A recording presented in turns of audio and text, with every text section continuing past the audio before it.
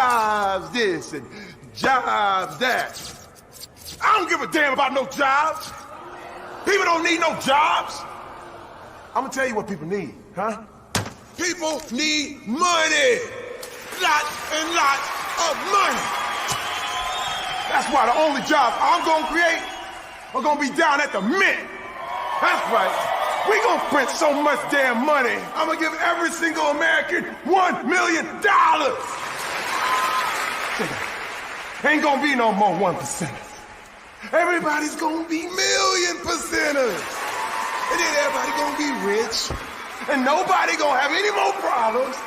And you ain't gotta worry about no damn health care or nothing.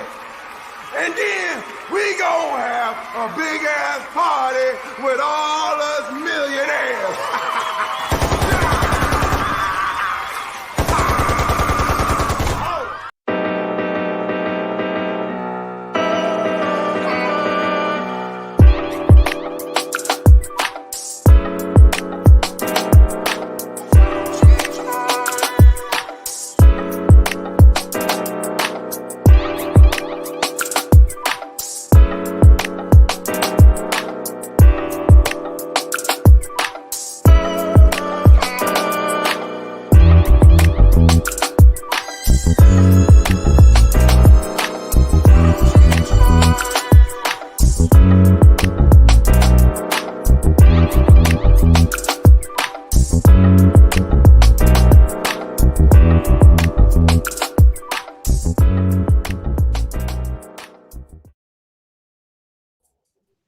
G'day everybody, and welcome to the happy hour. G'day Base Radiant and True Blue, and to the chat and everyone out there.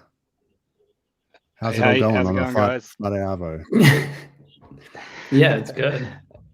Going off to a good start. For a scotch. And yeah, it's been a hectic week. I can't believe how much went down in this last week. Like, you know, this Japanese carry trade thing. Roller coaster. Yes, it's been emotional, I have to say.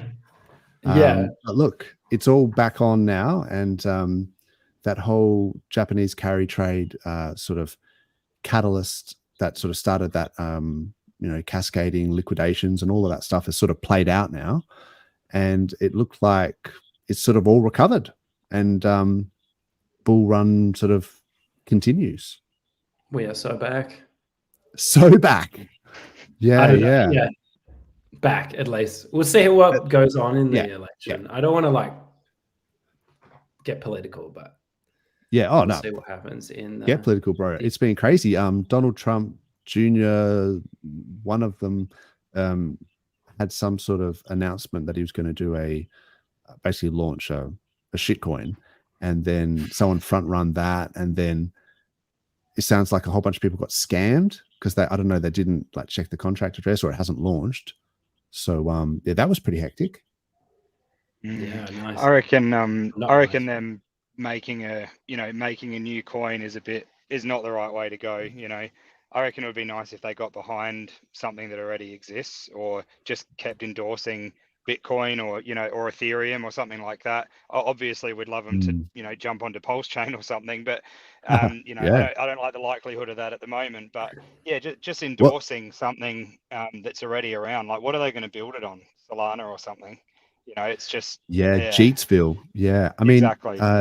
Because didn't Donald Trump Jr. Said something about that he was a fan of Richard Hart?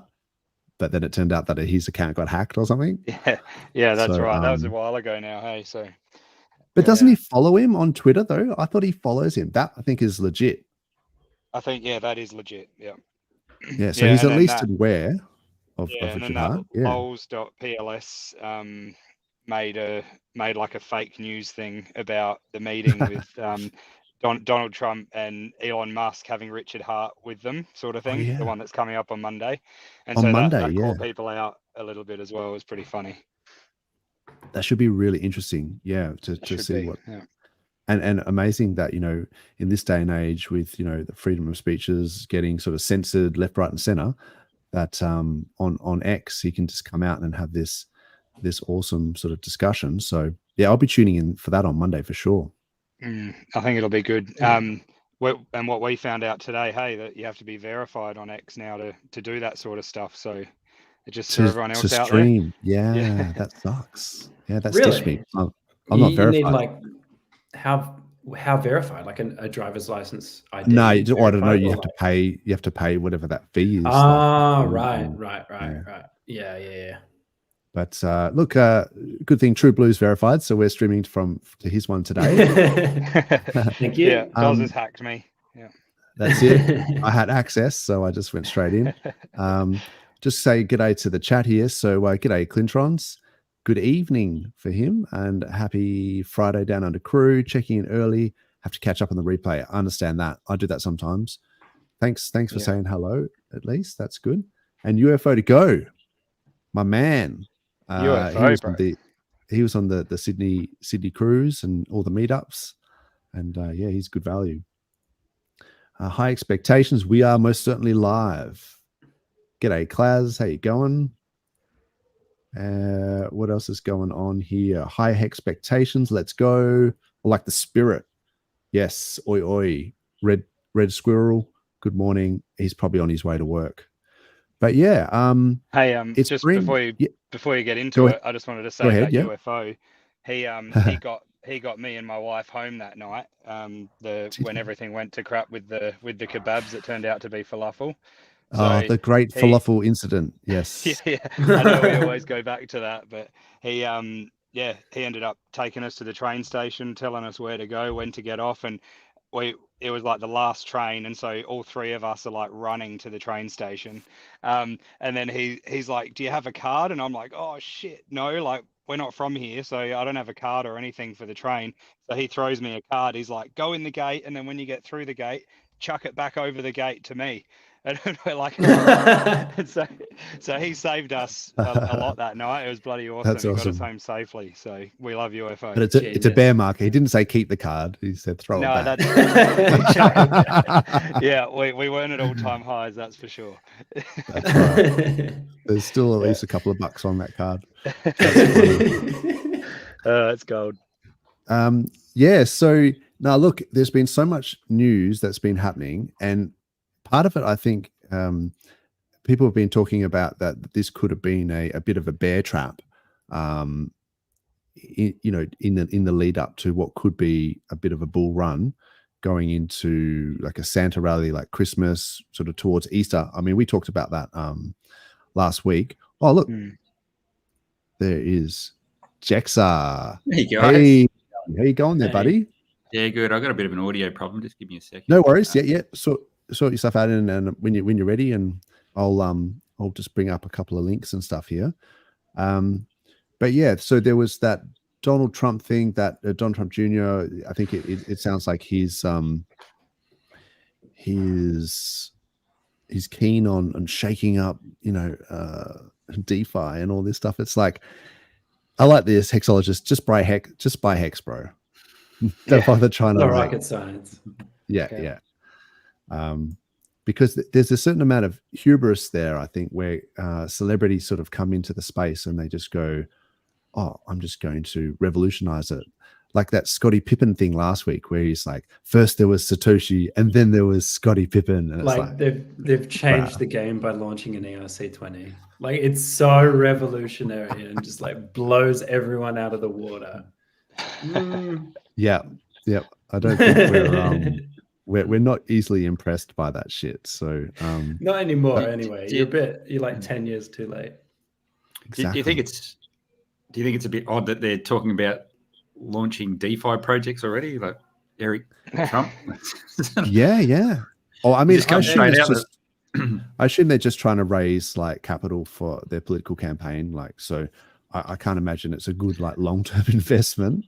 But it's probably good, because they're going to want the laws to be on their side for doing that sort of stuff. So I'll take that as a win. That's a good point.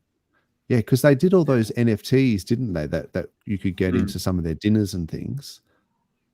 I wonder if they're going to do like a assassination, attempt, Donald Trump, that image where he's doing the fight thing. Maybe they'll just NFT. That's a guaranteed, isn't it? I don't know who owns it. That's probably already been done, like not by Donald Trump, but like just people.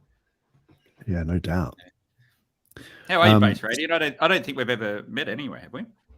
I don't know. Like on the periphery, I think we've like yeah. It's been close. Cross paths. Cross paths. At some point. Yeah. In the same community. Awesome. No, it's good to have you on, Jexa. It's good to have some the OGs and stuff on as well. I know Base Radiant's been around for a long time as well, so it's good to have you guys on. But yeah, we sort of encourage people to come on and because we've all got stuff to do, so it's nice to sort of be able to share the love and have a bit of a decentralized sort of community going on with these streams. Yeah. You and True Blue have been holding the fort for a while, so that's good. Yeah, we've done it 49 weeks in a row, so really? That's pretty good. It's nearly the year. So and of course, a few more to 52. Excuse me, and 43 has been awesome as well. I think he's coming on later. So hey, while I just want to. Sorry. No, go ahead. Yeah. Yeah. While you're on that, talking about the streaming and other people getting involved, I just wanted to say quickly about the stuff that's been going on, like with Matty Allen. He's been copping a bit of grief from people, and I know there's some questionable stuff going on with these meme coins and whatever. But anyone that's like having a chop at him, I reckon they should try and jump on and do like 3.5 years straight of streaming. Not missing a week, just putting down stuff all the time and helping build the community, put on, all the shows he does and all that, those people should jump on and have a stream with us or with someone else and, start manning up to it. Cause I just think it's crazy having cheap. Yeah, it's easy for work yourself, armchair critics to sort of, I don't sort of get too involved in all the shenanigans on Twitter because I'd just be at it all day otherwise. But, am I right? Is Camel Clan a thing, or is that just taking the piss? The way I sort of see this, right? So keep in mind that the DeFi Down Under crew, we're like Switzerland, right? So we're like neutral zone.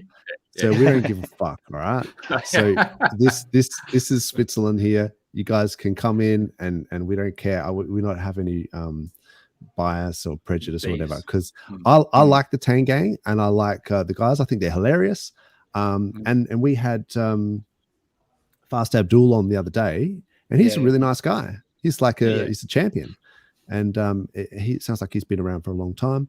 And I like listening to the Cabana Happy Hour, and you got Dylan and Buck and those guys on there. I think they've got a lot of insights as well. I know the Tang Gang hate those guys, but then you kind of think, well, who doesn't that Tang Gang hate at some point? Like they start on I mean, some of the stuff is warranted. Like if they're like if they're having a go at people who are like genuinely scamming, but then it's so indiscriminate. They just seem to just have beef. There's a lot of collateral damage, you reckon? Yeah, there's a lot of people that are probably just doing nothing. They're like, wait, what? I've got beef with the Tang. It's pretty ruthless, sometimes. But so overall, they they seem to be pretty good. But yeah, back to your question, Jack. So the Camel Clan is like a thing. I'm not like endorsing it by talking about it, but yeah, it's basically. It is to like take the piss in a way, but it's also a thing on 2Fucks where they're going to start giving rewards in different meme tokens as well as your normal rewards. So you're just going to get like airdrop like stuff as if you're providing or staking on there and doing LP and that's like healthy. Camel Clan that's is healthy competition. Yeah. That's like healthy competition though, right? Like, so if you have Free Mint Fridays, the Tang Gang, and then it's like if these Camel Clan want to do some sort of NFT Thursdays or whatever, that's fine. There's still like another 5 days in the week for other people to do. Yeah, no one's got an exclusivity on anything. It's permissionless chain. You get on and do what you want. It's good stuff. Exactly. Honestly. Yeah, and that's the thing is we might stream over the top of someone else, and then that's okay. I mean, they can watch us on replay or whatever. I don't really care about that stuff. If other people want to stream at the same time, like, it's all, I don't really have any problem.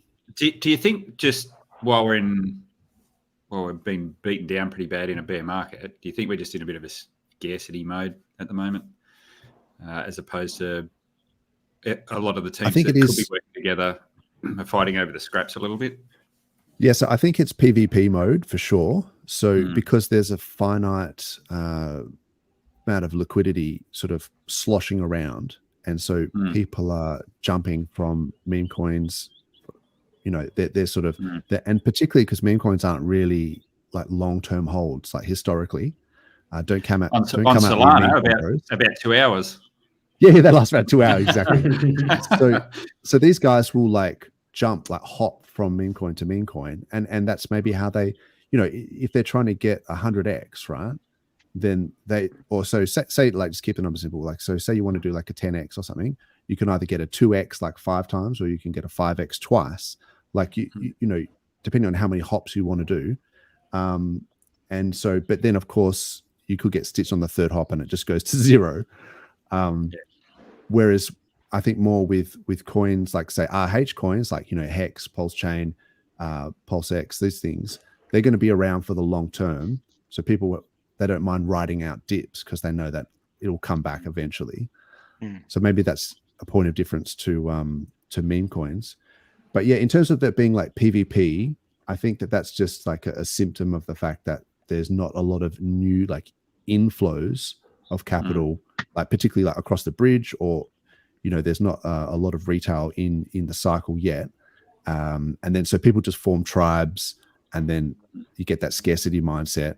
But that'll change when there's more capital inflow. The same thing's happening on ETH as well. I've been noticing just across Twitter the last couple of days. Obviously, the Soul guys are having a dig at the ETH boys, and they're talking about all the liquidity's been fractionalized across all the L2s and things like that. So it's the same thing. It's just a lack of, like you say, lack of new liquidity coming in, which I think hopefully you get this sort of thing. ETH is dead. Yeah, ETH is dead. Yeah, exactly right. So everyone's been Crypto piling banter on them. But when you actually look at the TVLs, like ETH is still one of the biggest TVLs. It did like a 10% candle yesterday. Like it's not dead. No, most of it's just clickbait. Let's face it. The fees go up. The fees get ridiculous, but it's not. Yeah.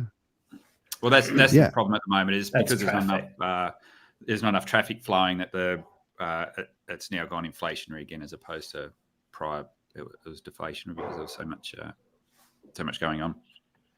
But we just said, like, over the past week, we went from literally lower than 1 gwei up to 80 gwei instantly. Yeah. Everything turned to shit again, and it was too expensive to transact again. So that problem's still not solved. Yeah. Oh, exactly. Yeah. It's just it's a volume thing. And then you go from 2 gwei, and then once they get the traffic, everyone was dumping after that, the Japanese carry trade sort of exploded, and then the gwei was like 250 gwei. So I've actually it's been nice. I've actually ended stakes that I thought I would never get a chance to end. I thought they're just going to be destroyed. So I've managed to get a few of those out, which was nice. Yeah, it was really interesting because the market. So it happened after our stream on Friday, where the Japanese sort of carry trade thing exploded in the markets, and then it was right at the end of the trading sessions. So then, because the market's closed, they had the whole weekend for people just to stew over it. Doing shit off on the closed market side of things. Yeah. Exactly, the closed market, the OTC, all that stuff. And then so I'd actually sold a bit and sort of going into whatever it was the Saturday, and then I watched it sort of crash hard, and Monday was a bloodbath. Like, let's be honest, it was really bad. I think Bitcoin went down from whatever it was, 60K, or I think, and it went down to about 48K. And so, I picked up some as well, but I was watching that on Monday when the New York Stock Exchange opened, and I think it basically, like, the NASDAQ, I think it opened about 2.5% down. So because they have this discontinuity with their markets where it closed on a Friday, opens on a Monday, but it can open lower. And obviously they were looking for that number to see if it had opened, 5% low, it's like, holy shit, or if it had only opened like 1%, but then it obviously opened at 2.5 and everyone was like, okay, well, that's low enough for us to buy it back up. And then, so yeah, at that was pretty much the bottom, was right when that New York Stock Exchange opened on the Monday morning. It was like, 9 p.m. I think it was our time. So it was pretty hectic to watch that. And then also because of the impact that has on the economy, people were talking about the US having to, cut rates, doing an emergency meeting, even though it's like September, it's pretty much priced in that September they're going to cut rates. Yeah. But then they're talking about now we're going to have to do some quantitative easing. No, they're not calling it that though, mate. They're calling it something else. No. They call it something else. They don't actually do the money printer doesn't actually go burr. Go on. Yeah. They're lending the money to themselves this time. It's all good. It's different. Yeah. Yeah. So that was a long-winded way of me trying to get to this point that the USA was about to launch a $50 billion treasury buyback program. So 8.5 billion in August, 31 billion September, 10 billion buyback in October. So this seems to me like they're trying to almost salvage the election for the Democrats by propping up the stock market with just liquidity. Yeah, I think it was. Look, it was always going to have to happen, and I think you've just seen like how far did the Japanese move their interest rates before everything just went crazy like that. That was just a snippet, like a little inch up. Yeah, like 0 to 0.25. Set everything to meltdown. That's how tenuous everything is at the moment. So they're always going to have to do this. Would it have happened anyway? And because of the election, probably they all want to go in with a strong-looking economy. So I think it's just. But doesn't that make you wonder, though? Is this not? Did they need an excuse to inject this liquidity? So they think, okay, well, I know that this carry trade thing exists, like with Japan, and everyone's borrowing at 0%, and then putting it in USD and buying stock, in the US. So then all we've got to do is get the Bank of Japan on side to crank it up. All these guys are going to get liquidated, and everyone's going to have to sell their stock, and then it's going to give us an excuse, almost like a false flag thing, where it's like it gives us the excuse to come in and then go, oh, now I need to pump all this money into the markets just before the election. Yeah, so if you sound like a bit of a conspiracy theorist there, Elizabeth. I'm just saying it's possible. I was going to say, but while we've got our tinfoil hat on, I reckon you could argue that half the shit that's happened over the last 12 months with all the throwing the fuel onto Ukraine and Iran and everything, like they're just trying to stoke the fires on bloody everything so they can get the money printers going and have a reason to inject money into the economy. So that's if you really want to be a conspiracy theorist. Yeah, where does it end? I mean, there was a lot of stuff about Iran, Israel, and I know Lockheed Martin stocks were exploding. Yeah. Right as everything went down, Lockheed Martin was like pumping, and we're Buffett unloaded a whole. Yeah, Buffett went to cash right before it all happened. Exactly. You can't tell me there's not strings being pulled, or at least people in the know of what's going on. So. Yeah, it does make you wonder. I think I've actually got that here. So this was Lockheed Martin the other day. So yeah, I love this chart. Absolutely. So is there? I haven't even checked. Is there a Halliburton chart? That'd be interesting one to look at as well. Yeah, bloody Dick Cheney. I don't know what that was very sus, wasn't it? I don't know. No, I think a lot of the defense stocks have been going a bit crazy, and then also when they liquidate. So my gut feeling as well is that a lot of the exchanges and whoever else is pulling the strings, they make a lot of money through liquidations. So they just want to dump it down, and obviously volume as well. But yeah, they just want to have these liquidation events where everyone just gets put offside, except for them because they're the ones that create it, right? And if then they can see all the order books, yeah, that's dodgy as shit. Yeah. If you got someone that you can coordinate with and you can see everyone's where they've set all their limits and everything, that's easy money. Yeah, because I was watching an old Richard Hart stream, as you do, and he was talking about, like, this is fairly old, and he was talking about this 200-day moving average crossing over the 50-day moving average. And he was saying that 100-day crossing over the 50. So you're yes, it's like a death cross, I think. Oh, death cross, yeah. So crossing down. Yep. So we're actually heading into it now. So this is the 200-day in yellow. That's the 50, right? Yeah, but go put it on a 1 week chart and. Yeah, exactly. Yeah, but no. But my point is just that what in his stream, what he was talking about is that once they got the death cross, it went up 40% and then went down. So it's like everyone that was short just got insta-wrecked because they were like, oh, the death cross is coming up. Let's put all these short positions. And they just pumped it up 40% and then brought it back down. So it didn't really affect the price, but it just liquidated everyone. Why are you doing that? I don't know if it'll work. I'm not sure if you got the right MAs, but I if you can go put it on one. I can put it on the week or whatever, yeah. Yeah, I can't remember what moving averages I had. I said I think it was a 25 and a 200. I think I had set up. These are just simple SMAs that like 10, 20, 50, 200. But yeah, this death cross thing, I don't know. I'm not sold on it. It's only on the daily. Like if you go on the weekly, the 200 week moving average is way down here. Yeah.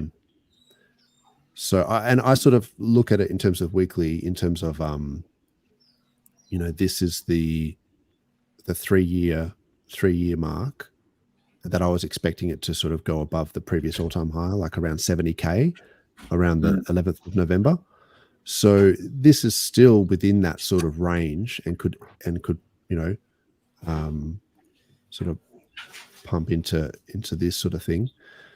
So for me, it seems like it's just situation par for the course. Yeah, par for the course. So yeah, what do you guys think? What base radium? What do you reckon about what's going on with the sort of global macro and Bitcoin kind of part of the cycle? I think, yeah, it's pretty like chaos in terms of like macro, right? We have like a lot of things going on, like UK, Britain's not having a great time. No one's having a great time, really. Like now, there might be like the narrative, like it's money that you can escape persecution with. I don't know if that's really like, that's not why the price goes up. But like, right. I don't know. Okay. I think we'll have to see what plays out in the US election as well. I think that's going to be a strong thing because like 2 out of the 3 candidates, right? You've got Robert Kennedy Jr., I think that's his name, and Donald Trump, and then Kamala Harris. The RFK and Donald Trump have both been very favorable to like changing policy on crypto. Donald Trump said he'd get Gary Gensler out basically as soon as he could once he gets in. And like you saw that at the Bitcoin conference. So it'll be interesting. Maybe we'll see a huge dump if he doesn't get in. I don't know. Like people trying to buy the news, buy the rumor, sell the news. Yep. Yeah, that'll be interesting. It'll be pretty volatile around that for sure. Yeah. I mean, it's hard to know in terms of like Bitcoin dominance. I mean, this is the ETH BTC ratio, and ETH is still going down with respect to Bitcoin, and it sort of hit the top of that channel, and it's still going down. So Bitcoin is still doing well. Even the Sol ETH pair, like the ratio, Sol's outperforming ETH as well, and it's looking like it's in kind of whatever that is,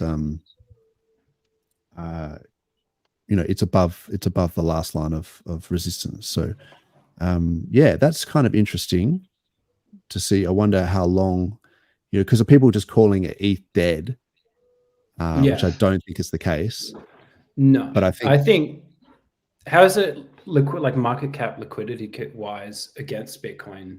Not in like how many dollars in ETH versus how many dollars in Bitcoin. Does that make sense? I'd have to try and pull that up. Yeah, the ETH market cap. Because it would just be second under Bitcoin, no? Is that no? Oh yeah. Oh, in terms of market cap, 100%. But are you saying if you plotted the ETH market cap? No, I'm not like a specific plot, but I'm saying like it's not dead. It's definitely not. Yeah. No. So there's a thing that I liked to look at, which was the pi cycle top indicator. Where and if you go into it, it's basically the multiple of the price of the 350-day moving average, and it uses the 111-day moving average. But historically, it's picked the top within about 3 days when these green and yellow lines converge. Okay. So that hasn't happened. The other thing that hasn't happened is the total 2. I was just looking at this. I think while you were talking, but basically it's nowhere near the all-time high, like of the previous cycle. And even total 1 as well. So that's the total crypto market cap was at about 2.83 trillion in, you guessed it, around sort of 11th of November 2021, and then now we're sitting at about just over 2 trillion, and then total 2, we're still under 1 trillion. So these are rookie numbers. Like, got to pump these numbers up big time. Yeah. So still got a way to go, I reckon. Yeah, I think if you get a round of quantitative easing, those numbers can change very, very quickly. It's the while we're doing a bit of astrology. Oh yeah. Oh, and look who's here. Hello. Is that 43 in the background there? What's going on, fellas? I'm not sure. Hey, there. How you going, man? Hey, while 43's just jumped in, I'm gonna bail and leave you guys to it. No worries. So thanks for having me. But just in regards to what you were just talking about, then I think we should all just maybe start hoping and thinking there's going to be another leg down, so then it actually just keeps going up, because it always seems to be the opposite of what we're thinking. Hey? Inverse. So, yeah, exactly. So I don't know. I reckon like part of me is just thinking there's going to be another big dip somewhere before we actually get some good confidence and seeing the charts moving. So I'm still bullish for the long term, but I'm not gonna say that we're going to the moon just yet. I reckon we got a few months to go. And in the PulseChain thing, we've got to wait till after October at least. So, but definitely bullish for the long term. But I'm going to leave you guys with it, and I'm going to listen to the rest of the stream. So thanks for having me on, and good to see you guys, and Jexer and Base Radiant. It's good to have you on. Yeah, thanks for coming. Thanks, True Blue. Hey. See you, mate. See you later, True Blue. So I have to sort of, I guess, say that even though the BTC and ETH have been doing well, like PulseChain has been getting pretty rickety wrecked, and we had that sort of, I mean, the bottom call of like 40369. We're pretty much sitting on it now. It's like 4037. So it hasn't closed the week below like the absolute lowest weekly close, which I think was 40358 maybe. But it's getting pretty damn close to it. So on that chart you got there, yes, you want to go to your indicators and bring up the MACD. Okay. Yep. So, yep. Oh, I think you were saying something about switch it to 3 day. Well, that's actually not bad what it's doing there, but switch it to 3 days probably good. Yeah. Okay. Zoom out a little bit. Yep. And if you plot that, you've got a massive bullish divergence that's happened. So you're saying because that's going that way, further, yeah. Whereas this is kind of going like that. Is that what you're saying? Yeah. Yep. So that's the indicators are telling you one thing while the chart's saying another. And if you look at the previous top, it was the opposite. Yeah. Oh, I see what you're saying. Yeah. So these were starting to converge the other way right when that was topping out.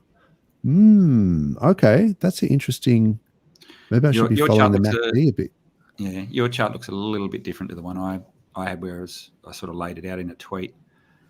I'm not sure what different settings. I'll see if I can pull that up in the background. How you been there, 43? What's been going on, mate?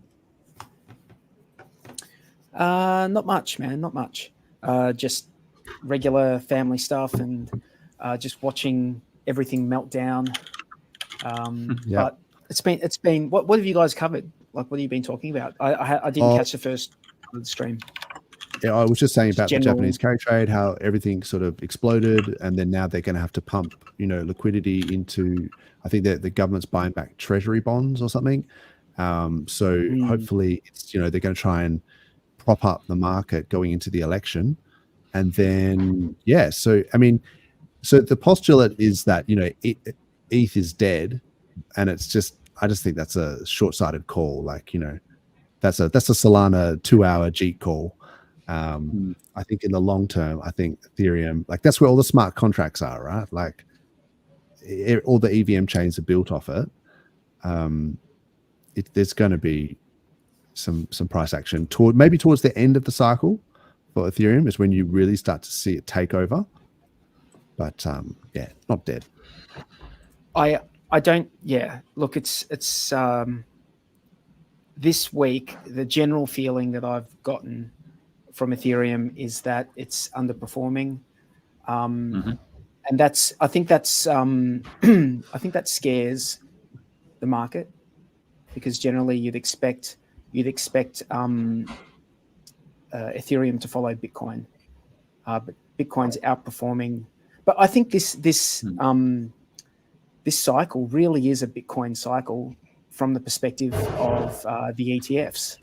I think that they're getting all the. Is someone okay? Is there someone getting swatted, or is there Renault in the back? Oh no! Is that me? My wife's probably cooking something. It's like you're about to get swatted, bro. No. Sounds like she's tenderizing some meat there, mate. Yeah. Sounds like she dragged an elephant through the kitchen. All good. Yeah, look, I think these sorts of things, like where people get very scared, this is just par for the. Isn't this just the normal thing that happens in crypto? We like to tell ourselves that we're ready for anything, but I think that you can't be. Yeah. Because the charts, the TA can only show you so much, but you can't. These black swan events and things. It may even be fabricated because they're trying to, create these black swan events so that they got an excuse to pump liquidity. Let's comment on this term black swan events. I think it's the most. I mean, I'm not gonna have a go at you or anything, Dozer. Yeah. But don't you think it's the most overused term in crypto? Because there's one every fucking month, right? Excuse my. Yeah. There's a lot of black swans. When will they run out? Yeah, this is just normal. I know this is normal. We should just say an unexpected event. Like, it's like there are lots of unexpected events in crypto, and some of them could be like pre-programmed, liquidation events. I'm a little bit skeptical that they're actually. You know what I think. Go on, mate. You know what I find really funny is where Dozer and I live, black swans are a dime a dozen. Yeah, there's black swans everywhere. They're like rabbits, mate. Yeah, we got blacks. That's why we're like, oh yeah, Western Australia, the home of crypto. That is our state emblem. Is a black swan? Yeah, it should. Yeah, it really is. It have the registration tags, eh? Yeah, we've got the black swan. We represent over here. So, No, it's just business as usual. So what's the state of crypto? Western Australia. Yeah, when we see white swans. We see a white swan. We're like, what is going on here? But no, it's good. It means that we're hard to rattle. We see. Why do we think?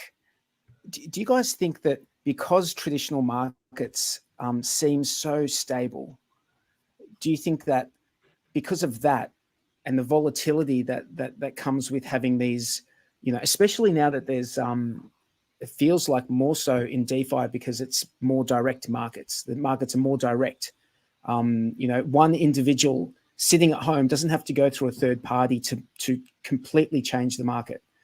Do you think that direct, without these layers of abstraction, that direct volatility is the reason that we think it's all black swan? And in the traditional legacy stuff, there's all these buffers along the way.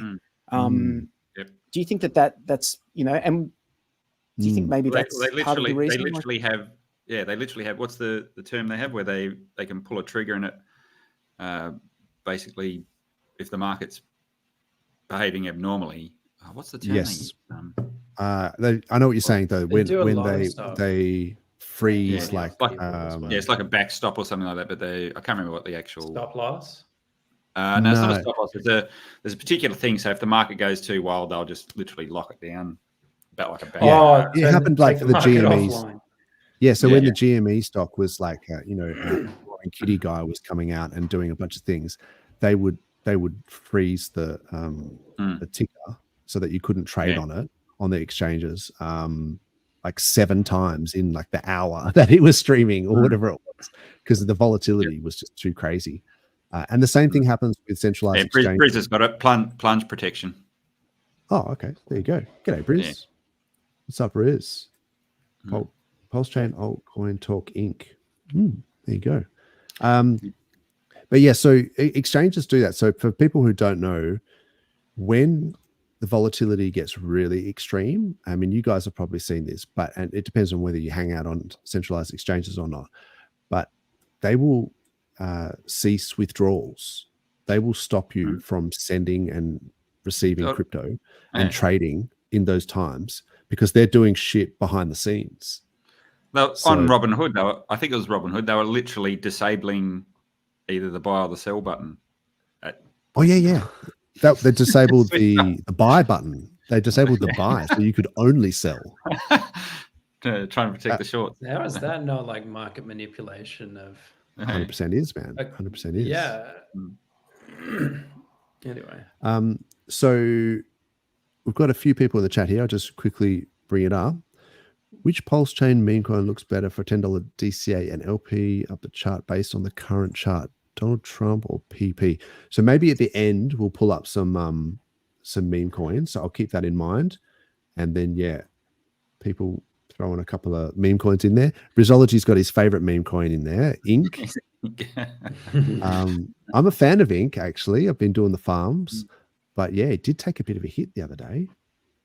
Yeah. So just on that, if you look at most of the movements we have, so if, let's say Pulse moves 5%, generally what you see is PulseX and Hex might move 10, 15%, both up and down.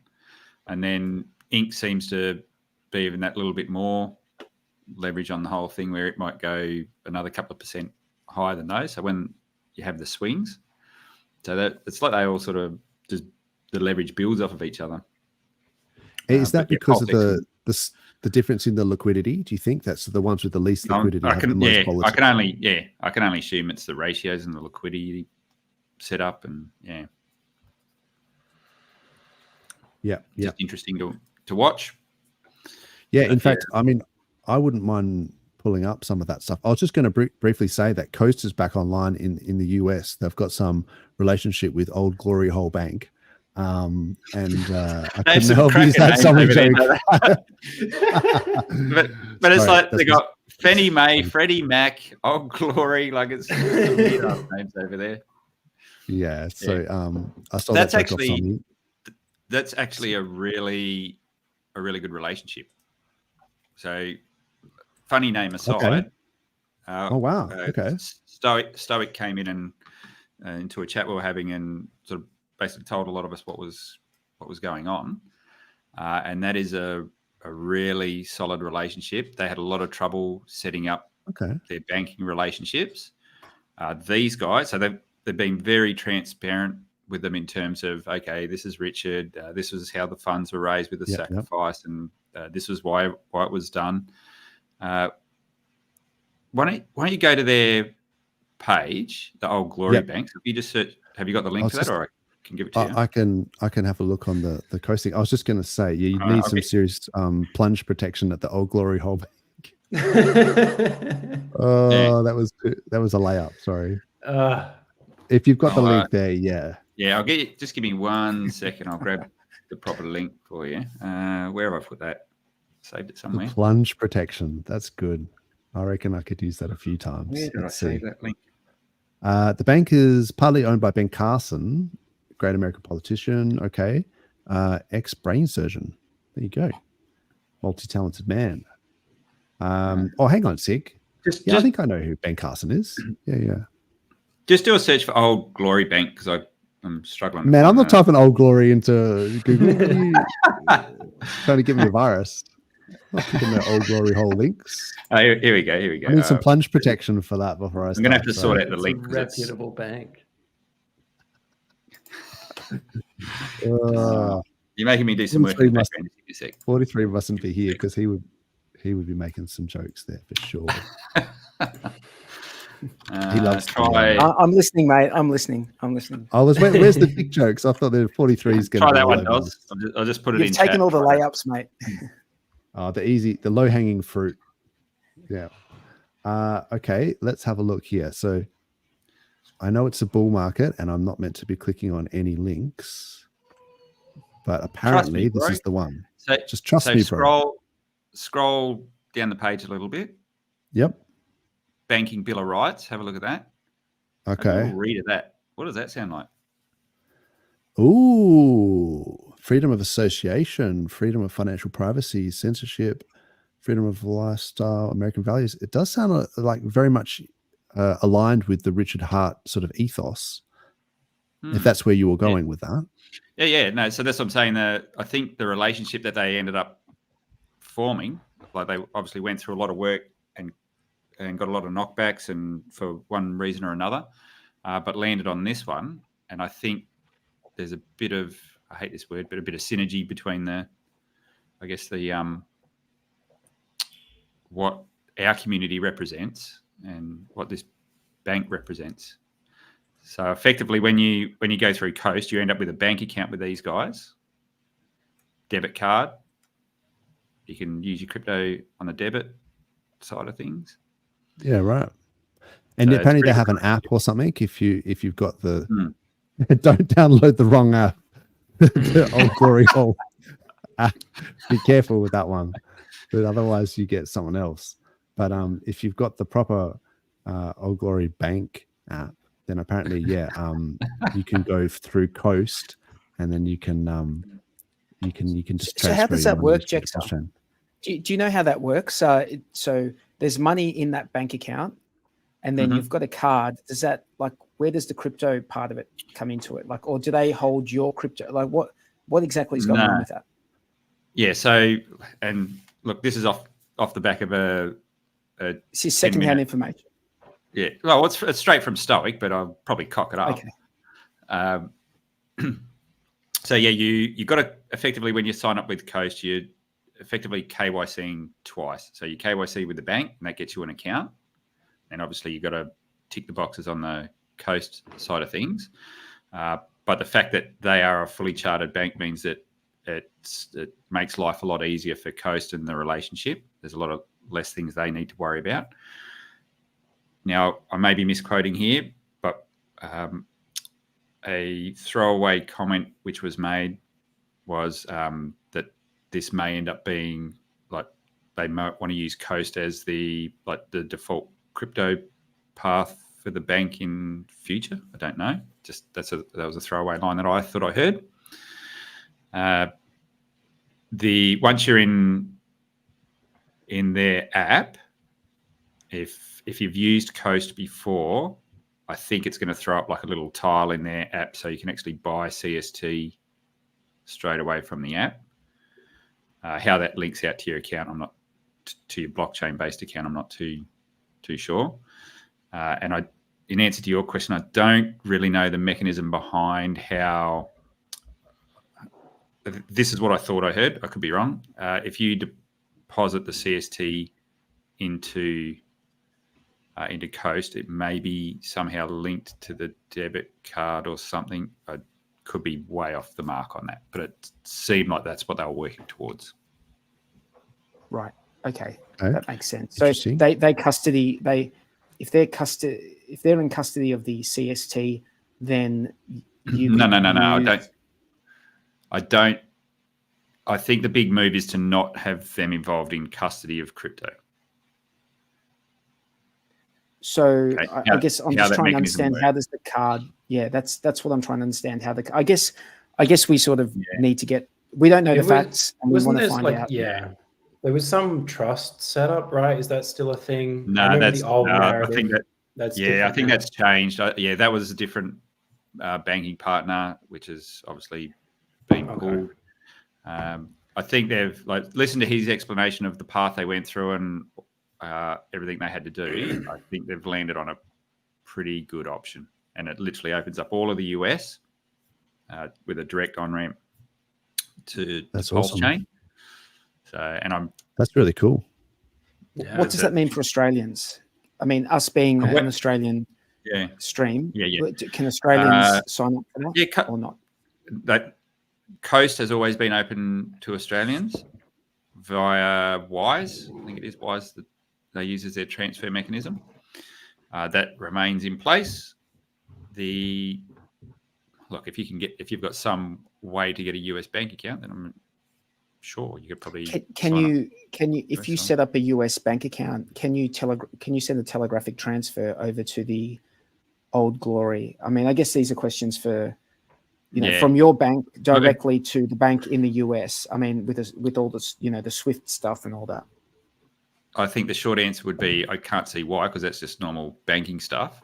It would be the real question would be, are you in a position are you able to set up a US bank account? So do you have an address over there you can use? And if you can do that in any bank, if you've got the ability to set up a US bank account, then I don't see why you can't set up one with these guys. Yeah, awesome. So most Australians probably don't have a US.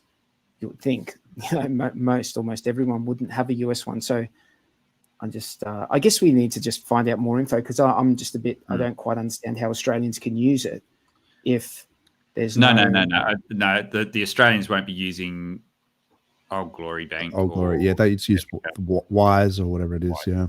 Oh, gotcha. Wise to the Old Glory. Yeah. Right. Wise is like a very small, like volume type thing, isn't it? Like you can't do. Yeah, it's like sending payments to friends or like overseas. Yeah. So if you use Wise in Australia and you start bringing in $10,000, your Wise account will probably get shut down immediately. Yeah. I don't know. I can't confirm. I think they've. No, actually, no. I'll give you a little bit of something. I did actually listen to what he said. They've had a conversation with Wise, because the biggest issue is whether their Wise is getting involved in the crypto transaction. And if they are in any way, shape, or form, then that's an issue. So the crypto transaction needs to be an arm's length transaction. The fact that you're transferring the funds to the Coast guys means that Wise aren't at risk from that situation. So I don't know what the volume side of things is. I don't think it's a massive issue because they're not exposed to the crypto side of the equation. Yeah. I mean, and do you know if there are limits on the Wise stuff? No, not sure. Don't know. Okay. I think maybe we should also point out that there's quite a few ways in which to get onto PulseChain. So if you go to gopulsechain.com and you go to tools, there's a buy and sell thing here, which it shows you the 0x coast. It's got a whole bunch of things. There's ways, block blend, or you can go MEXC or whatever. And then the main PulseChain bridge, the Token Express bridge, and also on pulsecoinlist.com/buy. This I think is really good because you can sort it by either lowest fees or and it tells you whether it's got KYC, and actually tells you what the fees are. So at the moment, just using the main PulseChain bridge is obviously the best way to get on, assuming you've already got Ethereum or something like that from an exchange. But yeah, there's heaps of ways. So it's good that Coast is doing their thing as well as an on ramp. But there are heaps of bridges. Yeah, a lot of that is once you're already on chain. A lot of that sort of stuff. Yeah. So I think that was always but change now. You can go from a credit card, can't you? Not sure. Their fees are pretty shit, to be honest, on change now. So it's good to have that's probably one of the big things with Coast is you could move volume through them, and the fee will be like, I think it's 0.75 or something like that, which is not bad. Yeah, they're taking it on the okay. I mean, and in terms of fees, the main PulseChain bridge is 0% in, isn't it? Yeah. Yeah. So 0% in, and then there's a fee to bridge out maybe. So that's obviously the best, but then you just have to pay the gas. So depending on what the GUI is at the time on Ethereum, if the GUI is low, then that's still your best bet for large buys, for large sort of bridging, assuming you're already on chain. Otherwise, you got Spark Swap. You can use from BNB and I think from Arbitrum as well. So that's a low gas way to swap as well, or to bridge in. Do you know what I think? I think when the green candles are big enough, people will find a way. That's true, isn't it? Yep. 100%. There's been quite a few things going on. It sort of seems like business as usual in terms of the cycle, and sort of where we are in terms of the cycle. But there has been, some bullish stuff as well. I made a note here that said Morgan Stanley now allows 15,000 financial advisors to recommend spot Bitcoin ETFs issued by BlackRock or Fidelity to clients with net worths over 1.5 million and strong risk tolerance. This change opens a massive new pool of capital for spot Bitcoin ETFs, with Morgan Stanley advisors managing over $5.7 trillion in assets. So that's recent. That's only the other day that they've now been able to, I guess, shield the Bitcoin ETFs to their clients. There'll be financial advisors actually advising for it. Yeah. The spot ETF. So financial advisors have had two things happen that are really important. So first of all, it's been anointed by BlackRock and all the powers that be say, hey, it's no longer a shit asset. It's the best thing since sliced bread now. So that's from a psychological thing, and they can now, they've been given the green light. But the biggest thing is there was never a trailing commission for these guys for recommending Bitcoin. So they say, yeah, you can go put Bitcoin in your account, and you go to an exchange and you store it in your hard wallet. That's no good for an advisor, because that's not how their business model works. So they need product that produces a trail for them. So that's the big thing, is if they get that trail, they'll start recommending it. Yeah, that's really interesting. And the other thing is that, some of the Ethereum ETFs that have been, I guess, having a lot of outflows recently, and I would say underperforming, everyone's sort of saying, oh, Ethereum's underperforming. Partly that's because Grayscale Trust had been basically giving out shares at a discount for this whole bear market, right? So, you remember the Grayscale discount? And so all of those guys had been racking up shares in the Grayscale Trust at discount. When their ETF went live, they could cash it in at market price. So that's why there was so much outflows in that, because everyone had just bought it at 20% discount, just waiting for the ETF, and then the Grayscale were cashing out through their ETF. So now it makes sense why there was so much outflows, because they were just taking that discount that they had, So anyway, I thought that was really interesting. Wouldn't you wreck yourself though? So you buy it at a 20% discount, but then everyone dumping it sells it down more than 20%. Have you not just come outside? No, not necessarily. If you dump, it depends on how much you actually affect the market.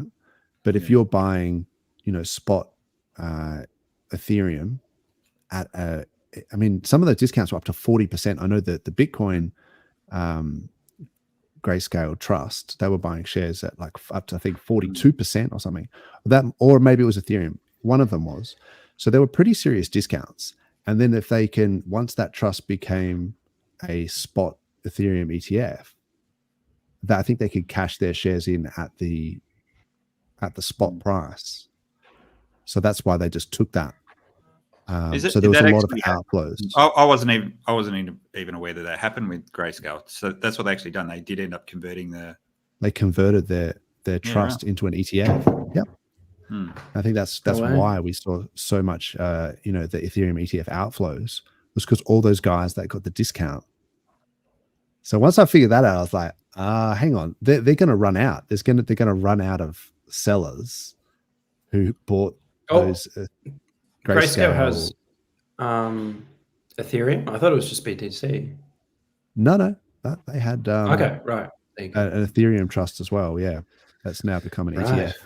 So that's a finite amount, all right, of people that could have bought those Grayscale Ethereum shares at a discount, and then they're all out now in the first couple of weeks that it converted it to an ETF. But it's like not constant sell pressure, is what I'm saying. But wasn't there some dodgy shit that went down where Barry Silbert, because he's the founder of that, isn't he? I've got that right. I don't know.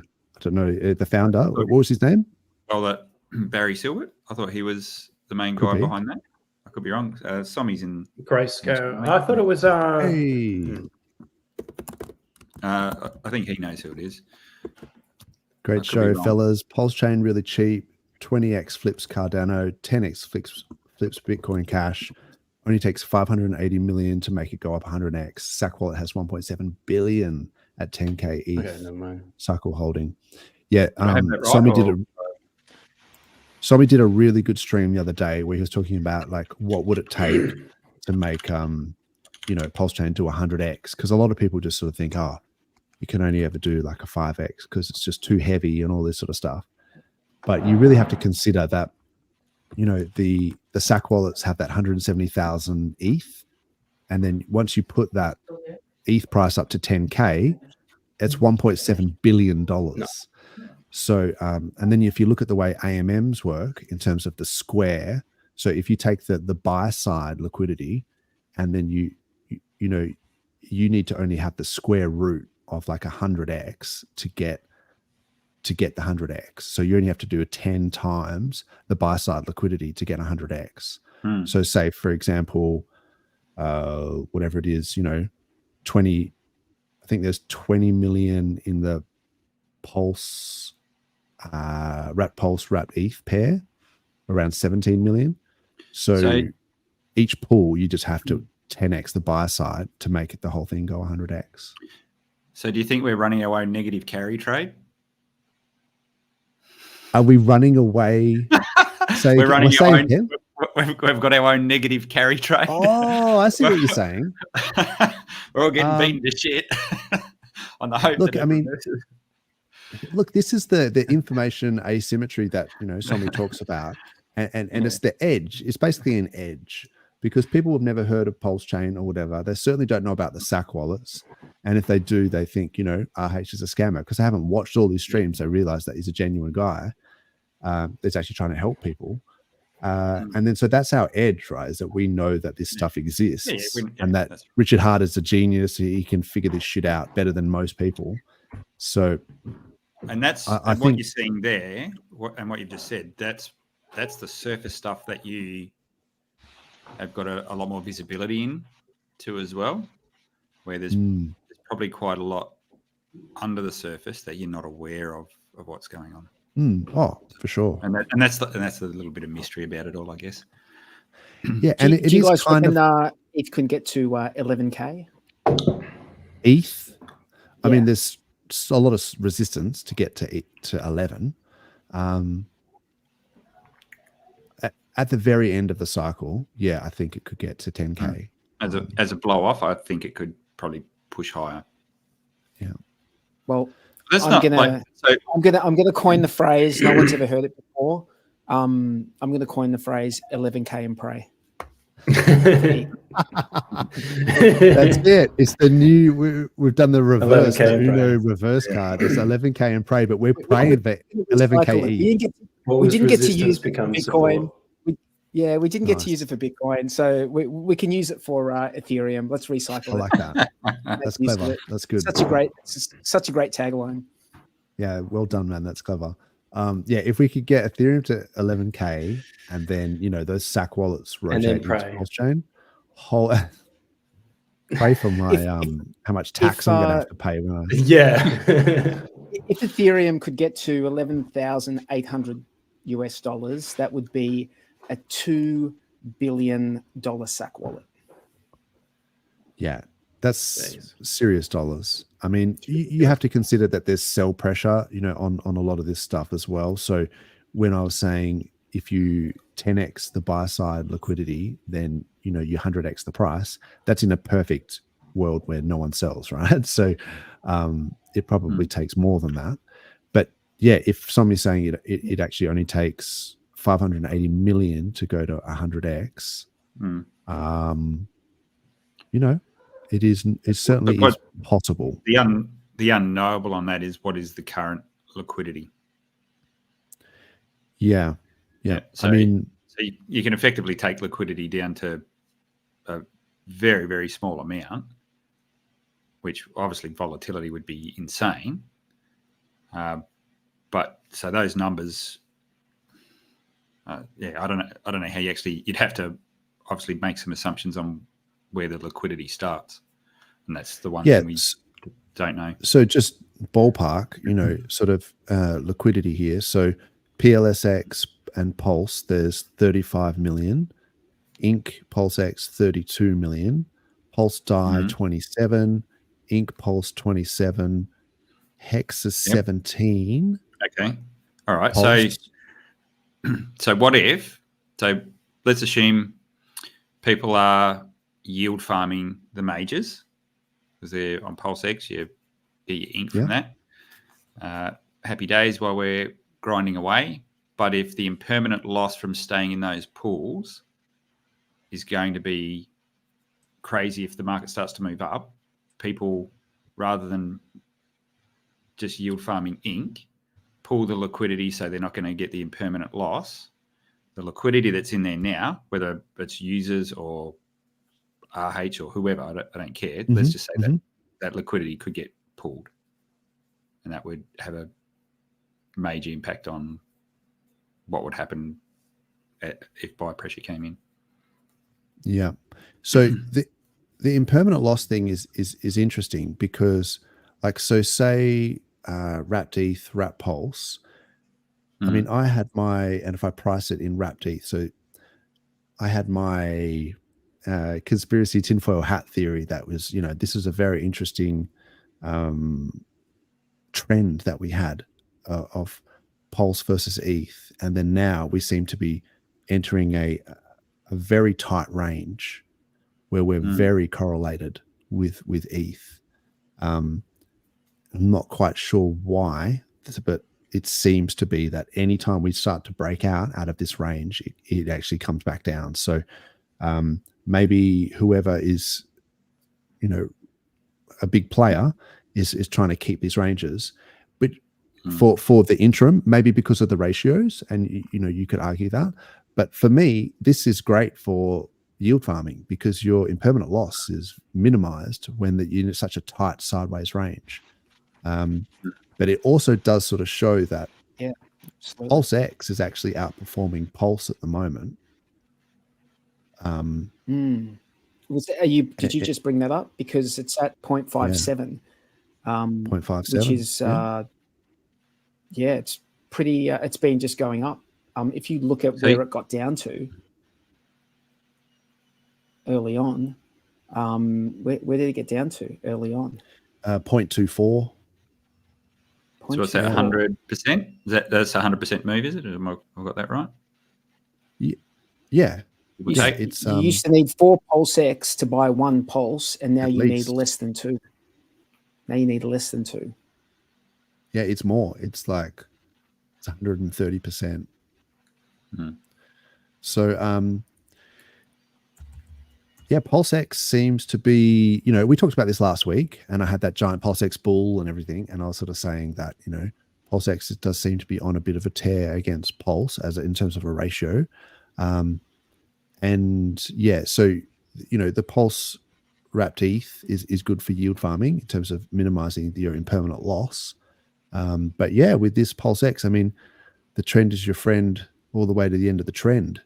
So I don't know how long this trend is going to continue for, but certainly seems like PulseX is starting to make a nice move since about While April. we're on tickers that have an X and a P in them, have you guys talked about XRP? No, haven't mentioned it. So what happened with that case? Do you guys know much about it? Oh, I basically know the bare minimum, which was that the case got the case was closed, and they had to pay it was $150 million or something. Something like that. It was. I think this case is of particular interest to our community, being the Hex PulseX community, because whilst they're not exactly the same thing, it is sort of the same thing has gone on, where it's the SEC going after a particular, in our case it's a number of tickers, but in XRP's case it's 1 ticker. I guess the difference is that they had there was a foundation or a company behind it, and in this case, like all of that is yet to be determined. And also, our stuff is the stuff that we're into is DeFi, like actually DeFi, decentralized. Whereas a lot of that stuff is centralized. XRP's narrative was always like banks are going to adopt this, and that was always the thing. And it never. And I guarantee all those institutional sales wouldn't have been done on a handshake. They would have had probably contracts. There would have been documentation and But don't the XRP guys just dump, like perma dump, all their tokens on chain? Look, if anything was ever going to be a security, that was the one. Would have been. Yeah, that's crazy. And I think the takeaway, like obviously the sales to institutional stuff, are obviously selling something, and they would have, like I said, they would have had some sort of contract or an agreement or something that was put in place. The blockchain side of things was obviously a little bit different, and that was the thing that got essentially thrown out of court, which is that bodes well from if it's all on chain and it's you're not actually selling an interest in an entity, that's the difference, I guess. But the fine, and if you thought if anything was a security, sorry, you're right. Doza, you go. No, go ahead.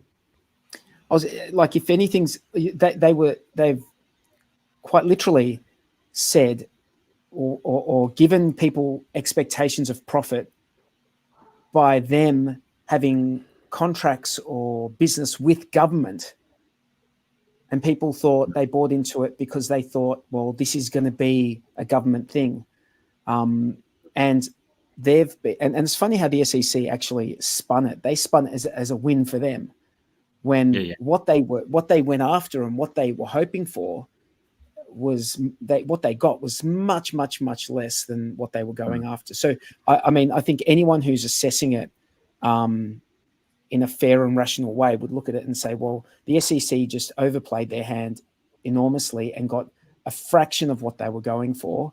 And now XRP are free. I would be surprised if XRP don't have like the with prejudice stuff thrown in there. So now they can go about their business and not be encumbered by overzealous bureaucrats. So once again, God knows how much it cost the SEC to run that little racket for, what's that, 5 years, 6 years or something like that. So the cost to taxpayers to actually do that would have been enormous. They've got 125 mil. The actual investors going to see a lick of that for any damages or anything like that? I mean, that's like the FTX stuff, like all the money that they are they actually going to pay that back? Well, I think it's it's the Celsius one where they're trying to do the disgorgement of people that were lucky enough to get their funds out before it imploded. So that's a whole other thing as well, where not only are investors that have been wrecked getting more wrecked, but the guys that actually dodged a bullet, they're now going to get wrecked. So they're going to get all their funds. They're trying to claw back all their funds. And what do you think? Like, because that's a community that have come off this SEC thing, and now what's the XRP chart done since then? Like in the last week, has it? I mean, because it went up a little bit, but not heaps. Yeah, because their whole thing was, and I wonder, how does that apply to us? Does that apply to us in any way, shape, or form? Can we, like, let's not put too much emphasis on what a positive outcome in this case could mean immediately. It just gets them, do much. Really. No, I think you will get a reactionary, emotional move. Yep. Yeah. But I've said this all along. Even on the downside, like on the news of the SEC, like if you understand what's actually happening, I don't know why it has so much impact. Anyway, there's obviously that emotional side of things, and people do sell the news type of stuff. But I don't think, like, if it continues to drag out way past this bull market, so something happens in October and it's going to be a long, protracted case, I don't know that it changes what's going to happen price-wise anyway. Maybe a little. Yeah. But I think I get the impression as well that the SAC wallets are going to do what the SAC wallet's going to do. Yeah. So, and people are going to try and front run that. People are going to buy green candles, all that stuff. I'll put it this way. Throughout the whole process of the XRP trial, did they throw their hands up and go, oh, you know what, we're just going to sit around and do F all until you guys figure it all out when the case is sorted? Like, they just went on business as usual. Businesses don't stop because a case has been chucked at them. Microsoft, with bloody, they had an antitrust case where they rolled in Internet Explorer or something into the operating system, and Netscape and all those guys chased them for years and years. But by the time they got through to a decision, it was too late. Like, they'd had it tied into the operating system for that whole period. So it doesn't change what a business is going to do, or what I think it's a situation normal. You just deal with the case as it comes out. Yeah, well, I mean, it's interesting also that if you look at the chart, when that case was brought, you can see there was a massive, like, the chart just went down. It just bled out. There was so bad. I remember a little while ago, a couple months back, maybe even last year sometime, there was some good news about the XRP, and it did skyrocket. So maybe it's like already played out. I can't priced remember. in by the rumor. Yeah. There was a time when it pumped. I think you're right. 6 Actually, I months remember ago or that. something. Yeah, do you remember there was that? some good and news. That's what I Yeah. thought this news. That's why I was like, oh, this is funny. Like I thought this already happened. Like, the irony for the Pulse and the Hex Pulse PulseX, people who have bought these tickers, being us.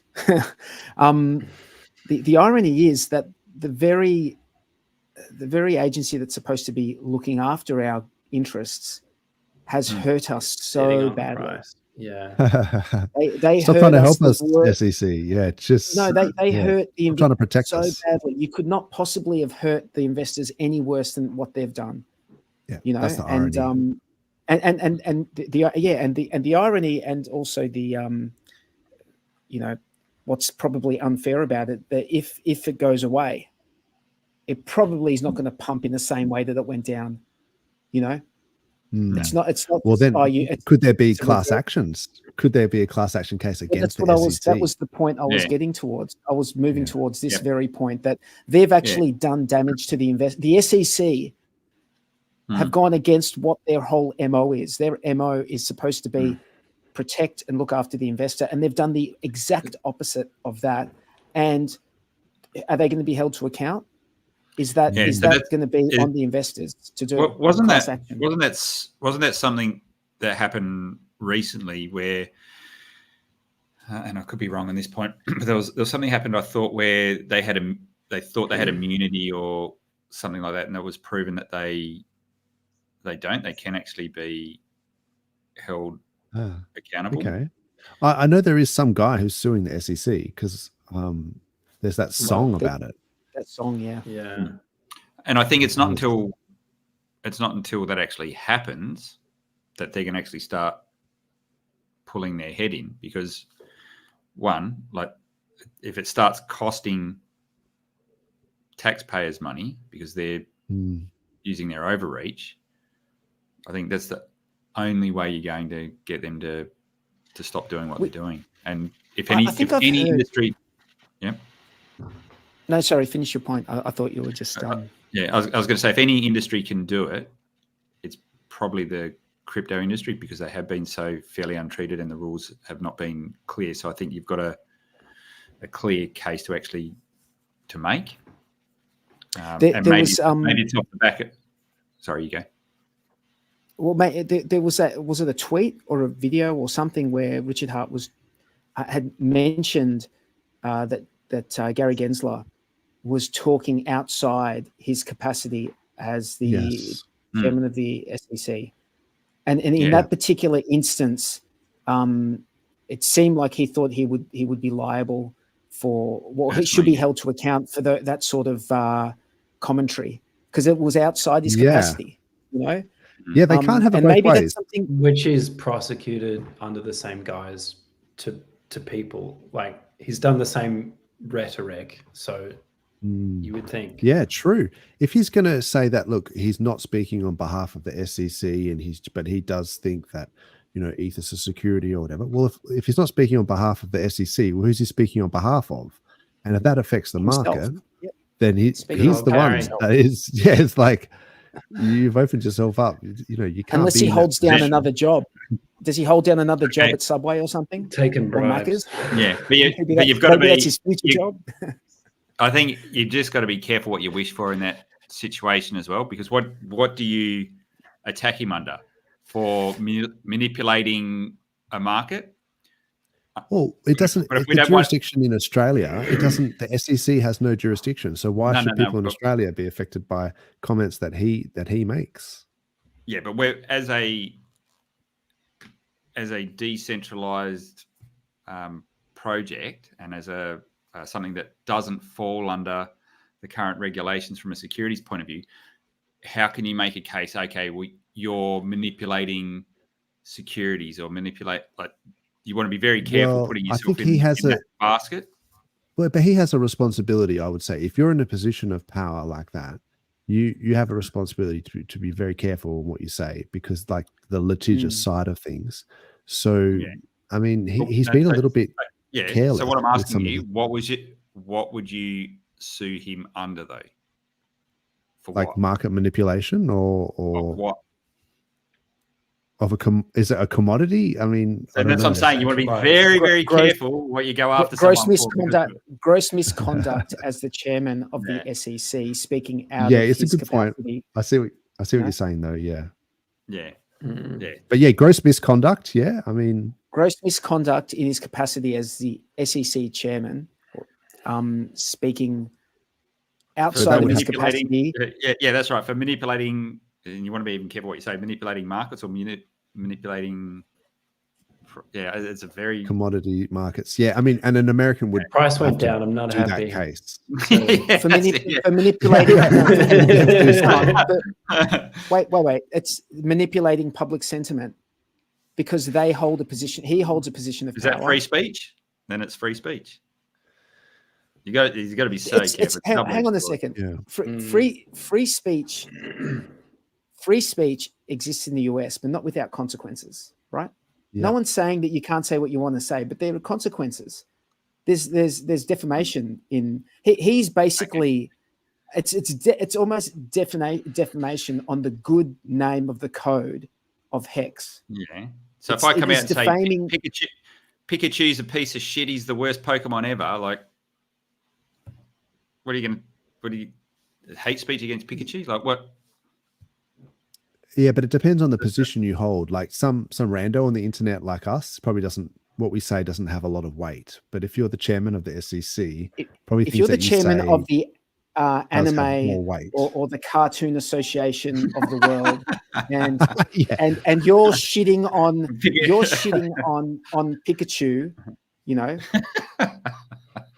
Just as they're releasing a new like set of game cards or something, you know, maybe you get sued for that. You know, I don't know. I understand what you're saying, Jexa, but I think that people they try and hold everyone else to account. Well, maybe they need to be held to account as well, and that's the only way. I mean, as much as I'd love to, I'm just thinking, you got to be. Look, it's already Friday afternoon, and I've already had a couple of scotches, so I probably won't take them to court. I am already in my pajamas, you know, so that's that old Futurama line. So look, we probably won't do anything about it. And like you say, where do you draw the line? Because do you take Hayden Adams to court and say, well, you guys are gatekeeping Hex on Uniswap, and then that's made the price go down, or so people can't buy it? It's like, it is what it is. Like you say, if people want it, they'll find a way. See, that one I actually disagree with. I think that's just a website. It's a front end. Make a website that interacts with the contract that includes Hex. So that one, that's a private company that decided to not include Hex on their front end. I don't agree with their decision, but I think that's all fair. I think that's fair game. I mean, because they have the thing that I don't like. So the thing that I don't like about it is that he preaches this whole DeFi, and you know, Hayden Adams is, you know, we're in it for DeFi, and you're kind of thinking, well, hang on, if it was truly decentralized, then why are you know, picking and choosing, gatekeeping, you know, Hex, but not all of the other plethora of scam coins that are out there? At best, they're hypocrites. At best, yes, that's right. That's the truth. Yeah, they're just hypocrites. I think what the crux of the matter was, for me anyway, was not that they banned Hex, because they could have done. In actual fact, I would have more respect for them if they had banned it before anything came out about the SEC, and it was only after that came out that's when they took a position. So what that is essentially saying is, well, we're treating what we're doing as though we're dealing with securities at this point, or they're trying to avoid it, but effectively that's the position they're putting themselves in. Like, you kowtowed to something not because you thought it was a scam, but because basically Uniswap was just being the SEC's bitch, and was just like, oh, if the SEC's got a problem with Hex, then I better quickly censor it over here. It's like, well, why don't you have a spine and just And it's funny that they did that, and then they got sued. Yeah, that was the irony. Is after We sort of Yeah, said they if we're got sued getting, after. you know, and we're saying if we actually said that, we're going, look, if we're getting sued and if everyone else is getting sued, like everyone could potentially get sued here. So we want to fight against the SEC. Let's like have a common enemy and band together, put our petty differences aside and you know, innate tribal, you know, tendencies aside and come together as a crypto community against the common enemy of the SEC. What and a then real it was like, show no, fuck of you weakness. guys. They were like, sorry, no, but what a real show of weakness. The show of weakness on their part to try and towel and placate, you know, the SEC Virtue and signal. just get slapped around because of it. You know, I really think that probably didn't help them. Because it made them look like they were backtracking and kowtowing to, you know, try and, you know, make them happy. But that just looks weak. That looks like you've done something. You've got to understand the pedigree of what's going on, though, because they are all VC-backed companies so VCs are obviously balls deep in TradFi, so they've got to play by the TradFi rules. They would have all their lawyers, CFOs, everyone making sure that they stay on the right side of TradFi. So that's the pedigree. They're not dealing in decentralized finance. Behind them all, there is, and that's why Uni token is still a useless piece of shit. Is because they can't. No, this is true. They actually can't switch on the mechanism where Uni holders get a fee revenue from the exchange, because then it's a security, because they're relying on the work of others, and so that's why they can only release useless pieces of shit, because that's like Gary Gensler would rather have you send out and create worthless pieces of crap rather than something that has value, because that's the way the stupid rules work. Hey guys, I'm gonna duck out. Very, very nice talking to you two. We don't usually have two smart Australian guys like as guests at the same time, so it's nice to have you guys on. I'll see you guys next week. Thanks, mate. Gotcha. Awesome. Thanks, 43. Have a good weekend, mate. Yes, it is. It is good to have you guys on. What have you been up to, Base Radiant? Have you been building any projects, any coding any stuff? I can't talk about one thing, but I've been coding up some stuff. I was just making like a little game. There was a not DeFi related at all, but there was a game jam, and I made this little geometry game, and you like shoot, and then you get like cards that buff your abilities.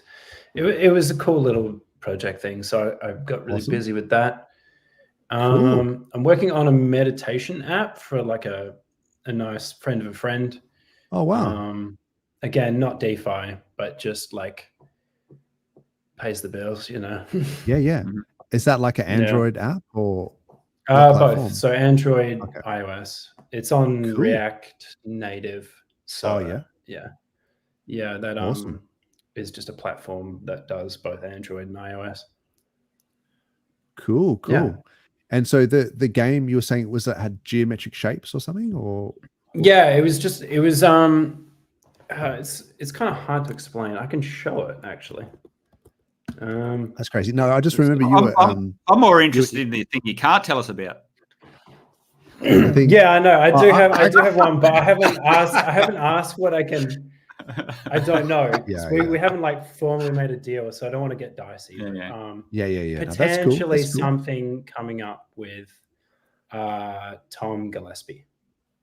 Okay. Awesome. That's all. I won't say that's cool. So potentially. Yeah, blockchain. Yeah, cool. Yeah, that's cool. Because I remember that you were sort of into a bit of like that sacred geometry or something as well. Yeah, it was right up my alley. Like I really enjoyed it. But and I remember Jexa is as well, because he asked me about it once, and I don't know anything about it, so I thought maybe I know enough to be very ignorant of it all. I know enough to know I don't know much. Yeah. I like really nerding out over like really esoteric like doing nice, cool drawings and mathematical things, and it's a good way to like fill time. Especially like Fibonacci series and I got some of the old Euclid's Elements as well, like the oldest maths textbook in the world. This is really off topic. It's not crypto at all, but like that's cool. It's like coloring in, right? But it's like for adults. It's like that's pretty cool. You know, that's a meditative thing as well, isn't it? It is, yeah.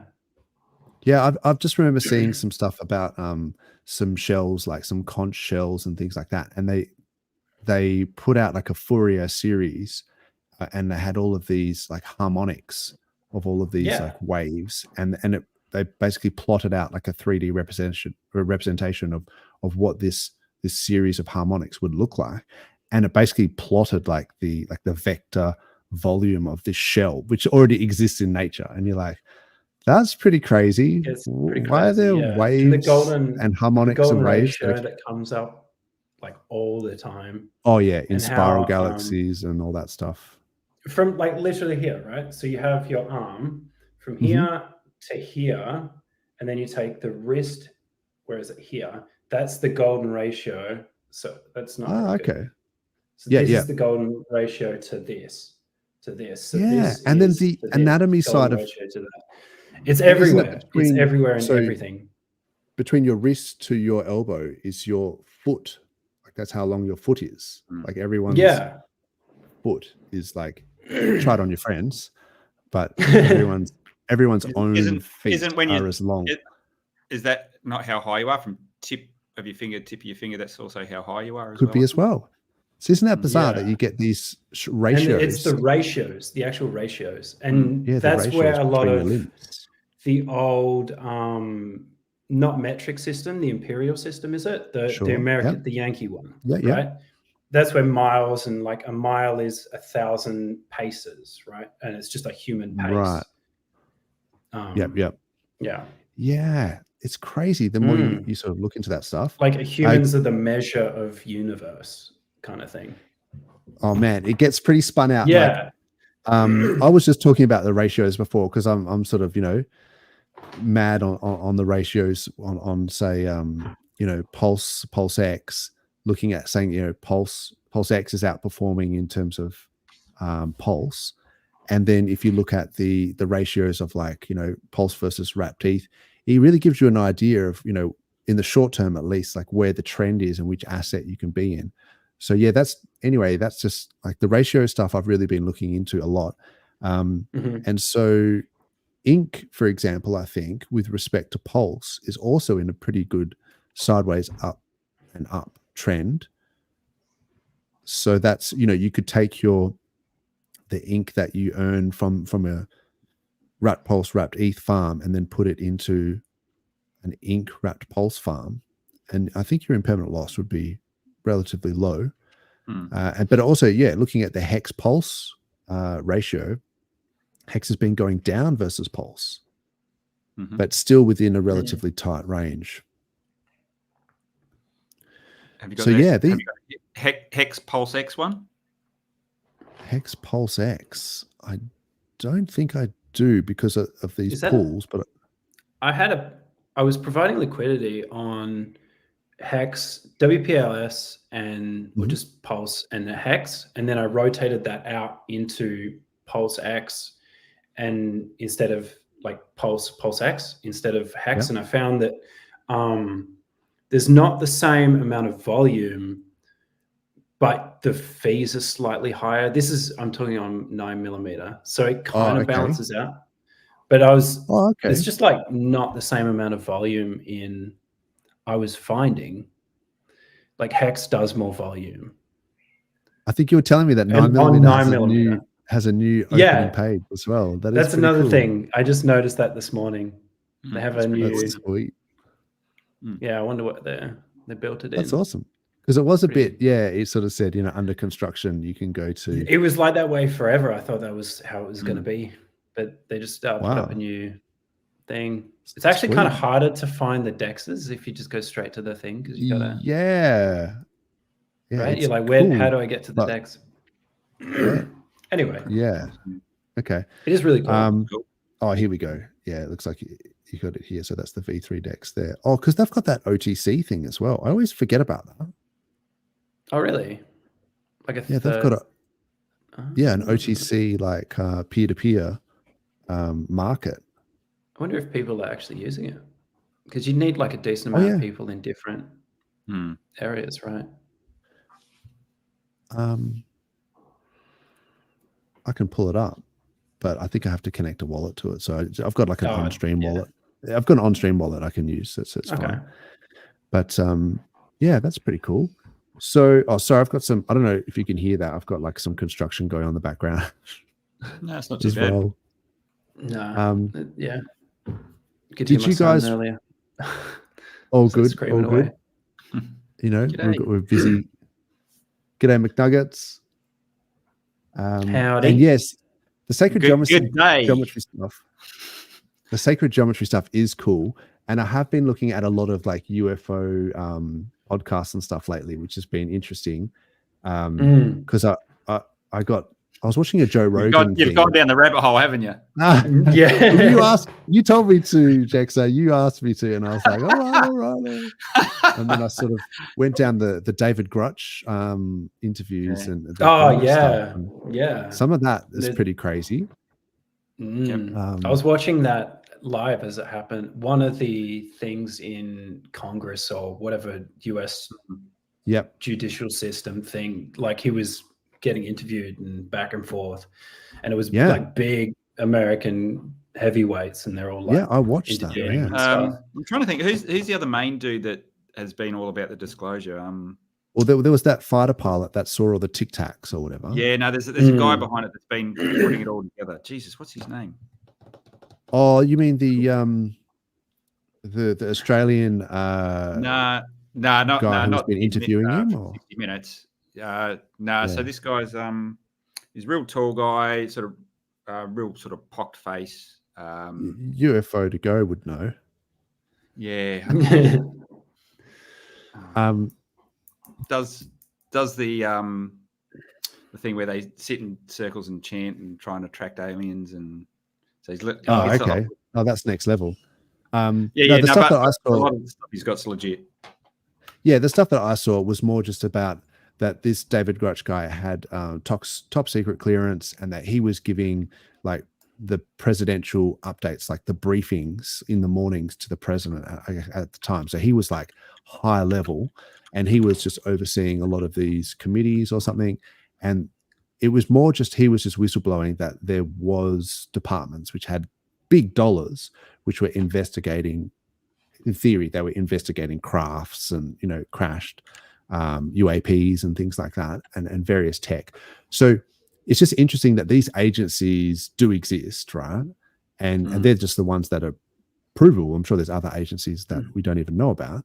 Okay. And it's not to say that, that they're aliens or whatever, but because they could actually be doing, working on stealth tech for the military. They could be getting, foreign, like international crafts that have crashed, and they're trying to, reverse engineer the tech. So there could be other things that are going on there, but they put all under the UFO or UAP basket. I just put a link in the chat. So Dr. Stephen Greer is the dude I'm now we're talking. So if you want to go down a rabbit hole, man, he has just uploaded like literally quadrillion terabytes of actual data, which is all from. I know this guy. So the problem is, right, there is an overlap here. You've got one guy who has top secret clearance. Like, I mean, I've got some military clearance as well. It's not top secret clearance, but I do have a military clearance. But these guys are legitimate. I mean, I think he's just got a Bachelor of Science. He's not a PhD, that David Grutch guy. But he had something that was reasonable. I'm pretty sure it's just a Bachelor of Science, the equivalent. Yeah. And so, but he was up there, had all of the, the clearances that you can imagine. And he was just saying that these agencies exist that investigate this stuff. So that was the factual part, right? And then you, unfortunately, you have the Terrence Howard stuff, which we talked about, Jexa, that time where, someone just comes along and just goes, I've created this really interesting geometry, you know, so if you have like the 6 bubbles or whatever, and then the intersection of like the negative space between those bubbles, like that's a really interesting geometric shape, that linchpin. But then he just says, oh, it's the magnetic field or something like that. Like it's the electric field. And he just makes this leap of judgment where you kind of go, hang on, now you've just conflated two things together.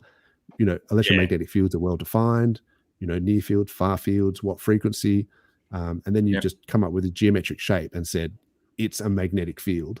It doesn't make any sense at all. So these guys, like the Stephen Greer guys and things, I feel like sometimes they just take it a little bit too far. Like they just I think there's a line. There's a line where sometimes can be crossed, or it gets, and I don't know whether a lot of it's disinformation that comes out and things like where, who knows, it gets a pretty murky space. But I think a lot of people with high security clearances trust or go to Stephen Greer and disclose a lot of things to him. So that's, I get a feeling where I agree with Red Squirrel a little bit. There's something going on there, but undoubtedly he's got access to a lot of declassified information that is worth at least looking at. Yeah, and some of it is bullshit though, right? Like I noticed there was a guy that was talking about some tech he stumbled across in Antarctica, and he was like I think he was a maintenance guy or like a mechanical engineer or something. So, but then he just went, it's a direct energy weapon, and it's creating tsunamis off the coast of Japan, and it's like I saw that one. You've gone too far. Like George Bush ordered that tsunami as like some sort of So you get these Venn diagrams of like of information that's just real, believable enough, and then a big jump. So they have neutrino experiments in Antarctica because they drill down into the ice sheets, and they can actually, because they do the same thing, they drill like kilometers into the Earth's crust to measure neutrinos, because you know we're just being streamed with neutrinos all the time, but to actually detect one, you have to have these amazing sort of experiments. So they had a neutrino experiment, I think, in Antarctica. So he's probably just stumbled across that and just gone, it's a weapon. Yeah. And that, I think that's what half the problem is. I think that's half the problem is that there's obviously a lot that's going on that's not disclosed. And then what it means is everyone has to start speculating on and trying to fit all the pieces of the puzzle together, and you end up just going off on massive tangents rather than the truth would probably be... The truth is out there. The truth would probably be a lot less fantastical, but you've got to give it to the people so they can actually make a call. Yeah, I mean, it just seems like there's probably some real tech out there where, because they've been working on, so Lockheed Martin and the Skunk Works program, they were working on the Blackbird, the SR-71 since the 70s, right? So stealth technology, the bomber, the B-2 bombers, all that stuff has been around since the 70s, like proper stealth what tech. They have now, And then it's like, so they're working on that stuff. Of course they tried anti-gravity, whatever. I'm sure they tried this sort of stuff. And it's not to say that those Tic Tac things that guy was saying was a UAP. It could have been a military craft, right? And so there's a lot of like overlap where you kind of going, there's some interesting tech going on there, but then, there's also some really weird shit out there as well that sometimes has So are you telling me you haven't fully gone down the rabbit hole yet, Doz? Man, I'm going down it. I'm searching through the weeds, bro. This is the problem. What I'm saying is like it is very weedy. There's like there's real information there, and there's absolute bullshit. Like Bob Lazar, for example, UFO brought it up. Bob Lazar, I've met guys like this where one guy I know, and he's like an electronics engineer, smart guy, that can do bottom end electronic stuff like you've never even believe. And he'll start talking to you, and he really ropes you in, and then after a while he'll start talking about some perpetual motion machine or something, and you're going, I think you might be crazy. I think that's what's going on here. Like it takes you a while to like kind of go, what are you saying? But maybe he's onto something. You never know. So I'm a bit more with base radiant on this. I think there's more going on. Nah, man. I was watching this guy something is straight up crazy. Go ahead. So there's some. No, I can't. There was this machine that like makes thunderstorms. Cloud seeding or something. There's cloud seeding, but this was different, right? So I was listening to this podcast by a guy named Randall Carlson, and he's like been informed that someone's built this energy machine guy, and this guy was like worked for NASA or something, and he's quit his job, he's retired, he's an old man, and he's made this like thing where it's basically a diesel generator or a petroleum generator thing, but you kind of run the exhaust through some sort of like vortex. Yeah, vortex.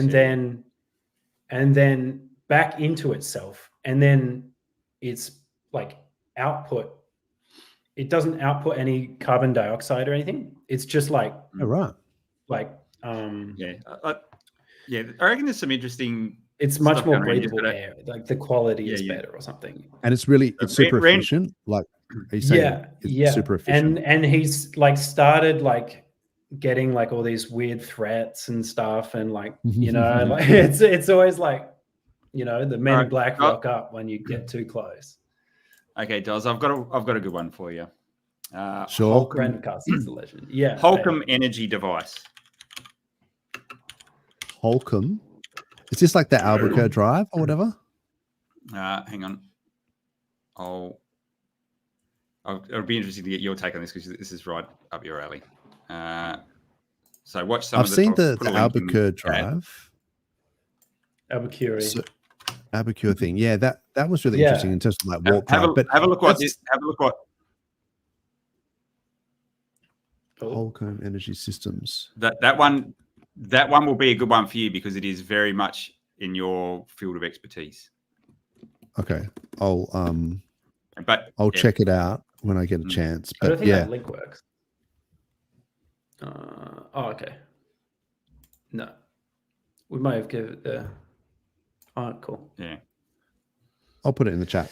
But it's some of that stuff. Anyway, that's just like a bit of a rabbit hole that I've been going down lately. So keeps me entertained.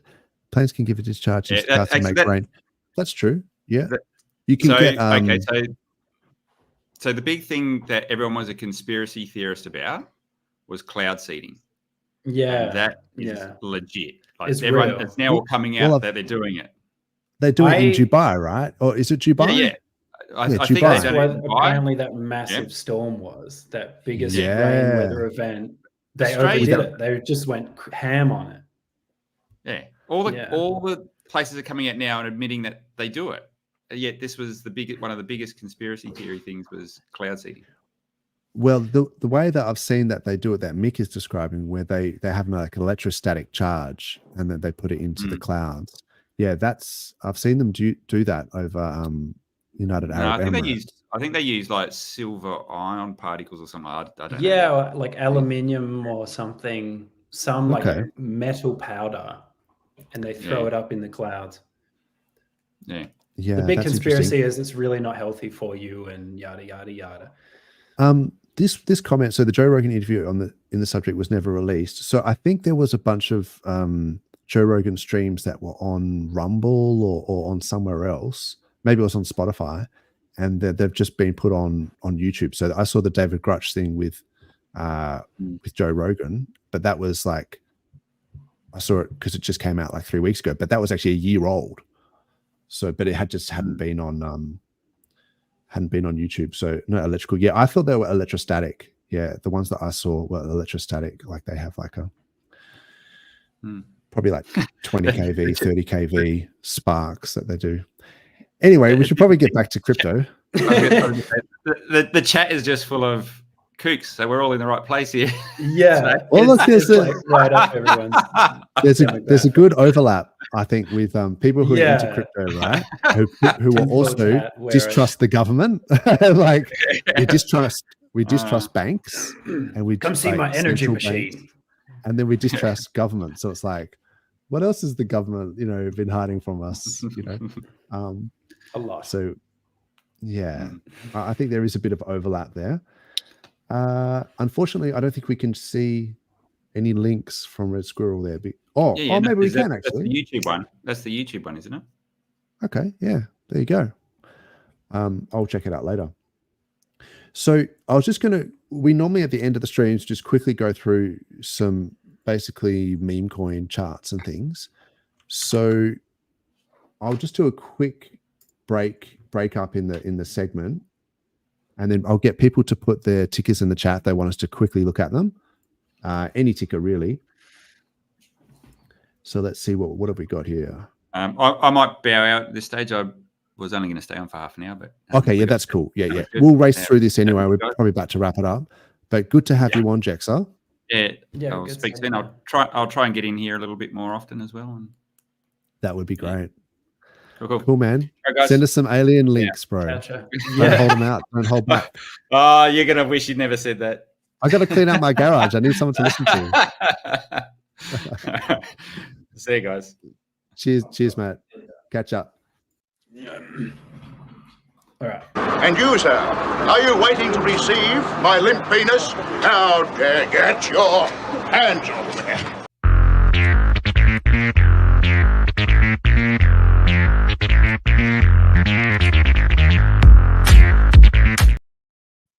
All right. So yeah, this section is basically looking at meme coins. Yeah, that guy, the Democracy Manifest guy died. Yeah. How important? Aussie legend. The full story was never explained really that well, and I don't understand it, but he was succulent Chinese meal. That's it. Every time I have a Chinese meal, I have to say that this is a succulent Chinese meal. So he was dragged out of the restaurant. Yeah, he was an actor that was enjoying a succulent Chinese meal, and it was a case of mistaken identity, and they thought he was some international fraud sort of thing, and they stormed the restaurant and they dragged him out. But he was he's a beefy guy, right? And I think he was a few sheets to the wind, and he realized he was on camera, and they're trying to put him in the car, and he's just going, oh, nice headlock, sir. I see you're judo well, and all this stuff. And then I just love that line. And you, sir, are you waiting to receive my limp penis? How dare you? he starts to how dare you? Starts blaming him as if he was going to do that, but he was the one that suggested it. Classic. That's no, it's all backwards and forwards. Anyway, it's hilarious. It's classic. DGen time. So let's look at some meme coins. Look, I am pretty impartial, so I'm just going to quickly look at let's have a look here. Dick with butt, OMG. HOA. You said we talked about this last DGen time. Last Friday. Titan-X, right? And you were I was like, there's a big dump coming, right? And I thought Titan-X would dump. It was priced in. You were right. It just went straight up, and this was when everything was going down. The whole market went down, and Titan-X was the only green candle. And so I was so inverse to what actually was going on. I remember you saying that, and I thought I'll just check it the next day or whatever. And I thought, I wonder what happened with that. And but isn't that funny that we talked about that sometimes these guys they know what's coming ahead of time. I think this must be it. And so everyone sort of thought, if this is the time where the most inflation comes out or whatever the reason is, that everyone expects it to dump, then they'll just pump it and just put everyone offside. And then everyone will go, oh, we're back on. It's the green candle syndrome. Let's FOMO in, and then they'll dump it. Then it'll bleed out. So because the whales, they're just trying to do the opposite of what the crowd thinks sometimes. So you just got to be a little bit careful with that stuff.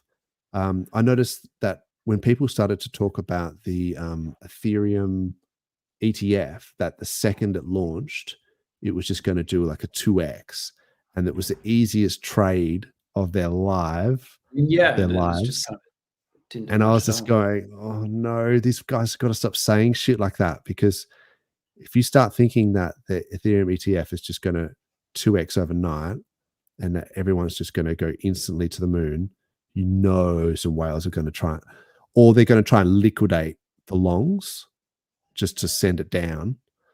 And that's what I was talking about with that the BTC death cross, and it was like, just because there's a death cross coming doesn't mean it goes down. Like sometimes they might just pump it just to liquidate everyone. So yeah, it's hard to know, you know, when there is market manipulation going on a liquidation scale. But in terms of TA, so this was HOA, and I was sort of saying quite, you know, back in May that it had broken down below the 20 MA. And it's pretty much been in a downtrend ever since. So still hasn't broken out of it. It could be a good buying opportunity. It did have the same wick that every other chart had this week because of that Japanese carry trade. Just, you know, Hart's law just flowed on through Ethereum, through Pulse and into HOA.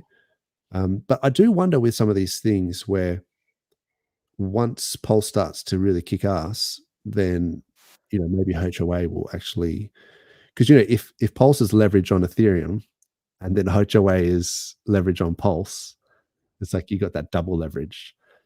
But yeah, it doesn't work when Ethereum's going down, unfortunately, because you got double leverage on the way.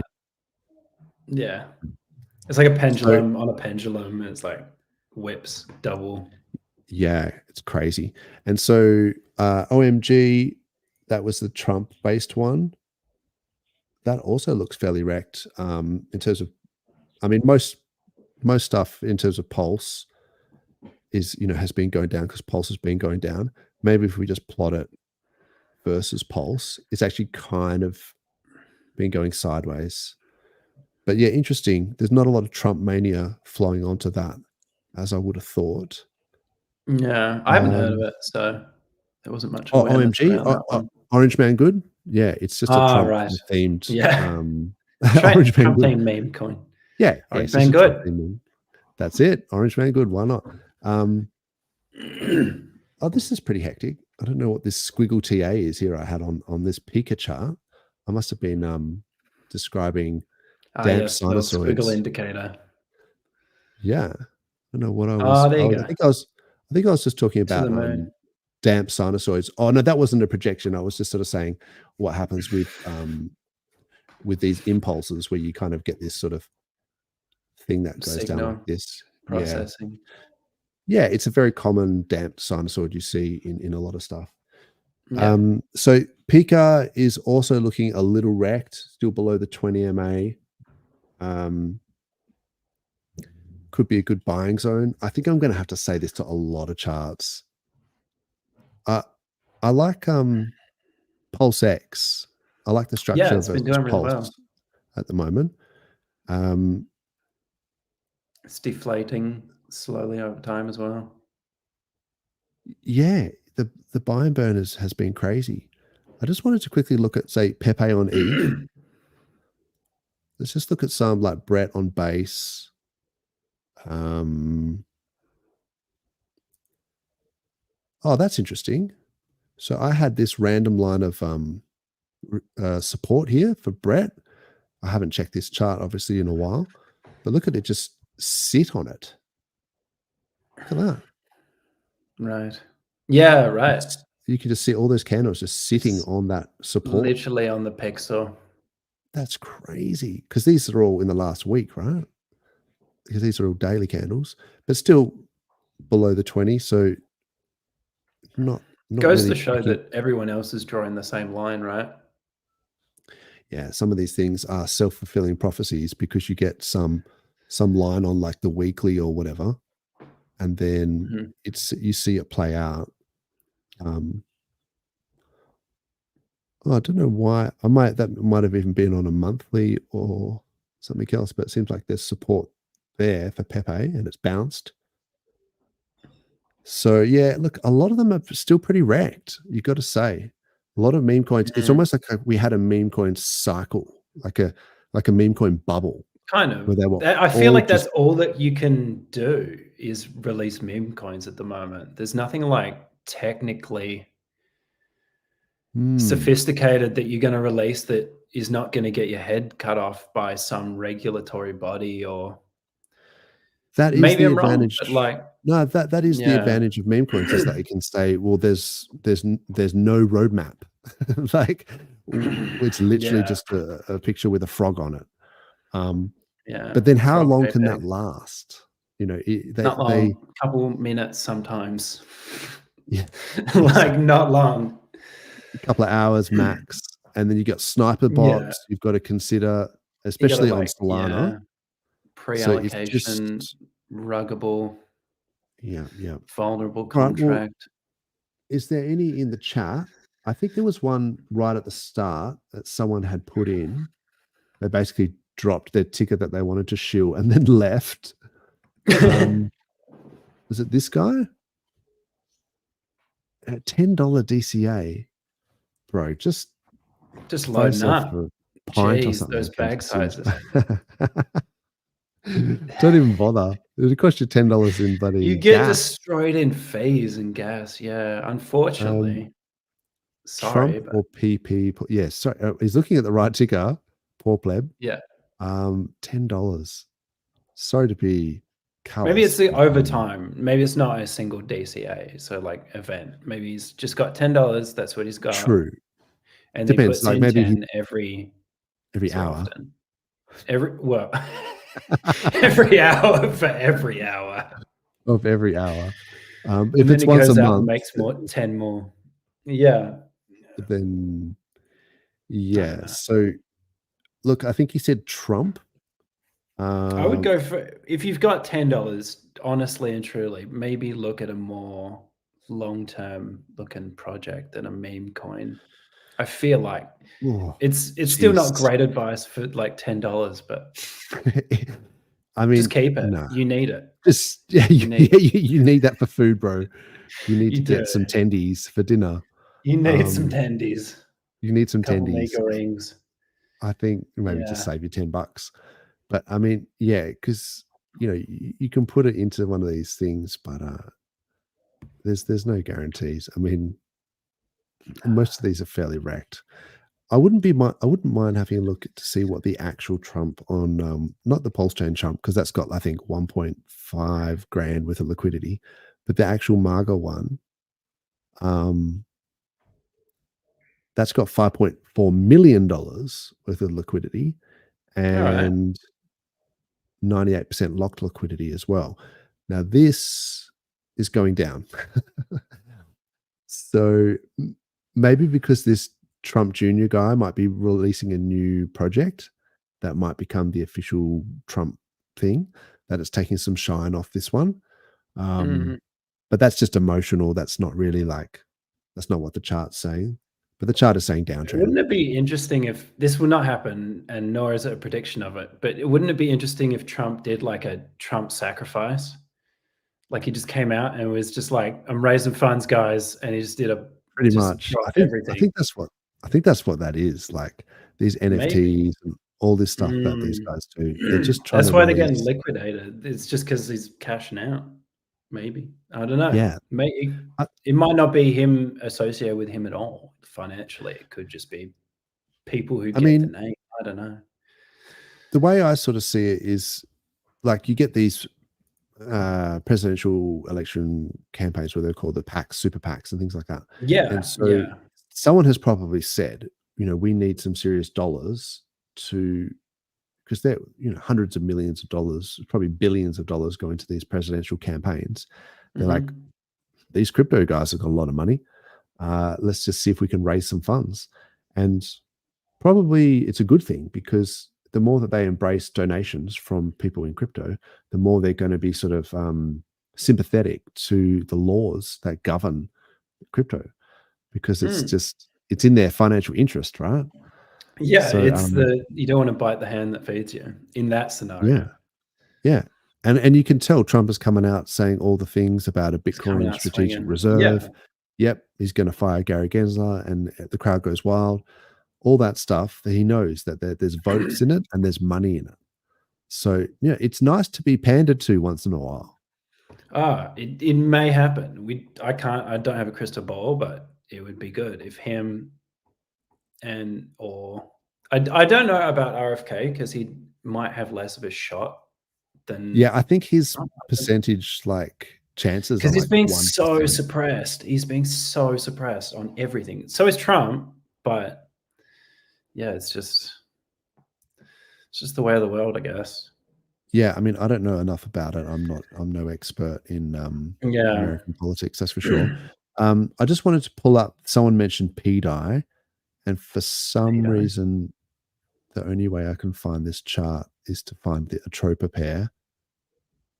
But look, that looks pretty wrecked, to be honest.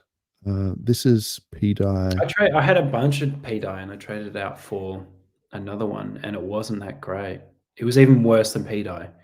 And I was pretty happy with what I made with PDI, and I was like, I lost it all on it was just like little, not massive trades, but when you get a little pump of like some coins you have, and then you're just like, oh, I'll throw this around, and it's like, yep. Yeah. Now you've got to be careful with some of these things. But no, look, it's going down. I haven't put a moving average on it, but you can see the trend is not great. So those guys have been a bit quiet lately, I must admit. So that was high expectations. That was asking about that. Was there any other tickers in the chat, or just people talking about aliens? Good day. Let's look at. Do good day. Let's look at good day, because Tom Gillespie was in the chat. Yeah. Shout out to Tom. He's a legend. Yeah. He had some really interesting insights in that stream that we did with him, where he was talking about the whole tribal nature of crypto, and it'd be good to have him back on. Actually, I really enjoyed that. Good day is wrecked. Sorry, Tom. I think I called this everything hard is. to Everything him. is. I think I called this hard to him on stream, because he was in the chat, and I was just happened to be, because I think True Blue's like a good day whale or something. And I was like, he asked me to check it, and I was like, oh, it's below the 20 MA, and I was like, oh, it could be going down from here. But I call that pretty hard, actually, that's been going down. So my bags. I think I've got some good day there somewhere, so that's probably not looking. There you go. Not looking good. Might be able to buy me some tendies, but that's about it. The Tendy Fund. That's it. It's just a separate wallet. The separate tendies. Yeah. It's denominated in units of tendies. That's right. How many tendies versus g'day have I got here? Yeah. 43 would know a guy. Oh, hang on. I've missed the start of this joke. UFO should go on. UFO, we should go on the crypto convention cruise in November with Cardboard RH. I thought we already did that. Pub crawl in King's Cross. Yep. Watch out for falafels. Yeah, I think these guys are just what's having with a bit the of a laugh. Oh, it's not. Don't bother. You thought you were getting meat, and you got. I thought I was getting a kebab, and I was. Yeah. It was on I was on that cruise all day, and we've been drinking like a German pub, or was it it was a different? Actually, it was the first night we were actually been drinking. Anyway, so suffice to say, we'd been drinking, and then the classic thing around here is that we get kebabs at the end of the night. So yeah, no, I love a kebab and a good meat box as well. Yeah, exactly. The halal meat box. What do they call it? Snapback. They have it. Everyone has a different name, but you know what it is. Like it's the same thing everywhere. I like it with cheese, and you just it's just this greasy meat meal with chips under it. Yeah. I mean, I just get the straight up kebab personally, normally. So that's what happened there. But then I got tricked into getting a falafel. So, and I never forget. It's like it's just I can't. Yeah. The old falafel. But yeah, I think that's pretty much it. Look, I don't think anyone actually gave us any tickets to look out. So maybe we just wrap it up. GIF. Last one. Oh, GIF. Okay, cool. Because this is what I lost everything in. I bought the. Oh. Oh no! It's not doing well. I don't want to point any fingers. Who might have been shooting? No, it's all my fault. It wasn't me, man. I stayed clear. I did the damage. Oh, hey. That is. You know what? That is. Oh God. I distinctly remember talking smack about this. I distinctly I like the guys behind it. I like is it the Gifford guy, a Giffordware guy? And RG3 is a legend in the community, and of course Kool-Aid and stuff. I like these guys. So, but I went early to this, right? So when, this is hard. This is a hard chart. The old 2 candle chart. When it was like, when it was like here, people were telling me, "Oh, have you heard about this PGIF thing?" And I was like, "Oh yeah, let me check it out." And then I was like, a day late or whatever, and it just went up. Yeah. Something ridiculous, like 200, 300%. I was like, nah, it's going parabolic, like it's a bubble, it's going to burst. And then right around here, everyone was getting me to chart it. And then I think I even just sort of said, like, because it was like, oh, this is just a healthy pullback. And I was like, oh, I don't know. At the very least, there was resistance here. Yeah, that's when I called it. I said, look, it has to get above this, right? And then retest it before I'm like thinking that this is a pullback. And it did not. So that was right around that time that I was, streaming and saying things about it. So, because they were sort of saying, oh, this is just if you zoom in on this is what people were telling me, like here, like this is just a little dip, like let's go. Yeah. And I was like maybe it was like halfway through this candle and I'm going, I don't know. And it turns out that's not everything is immune to getting sold down. Like bubbles, you get bubbles and they burst. So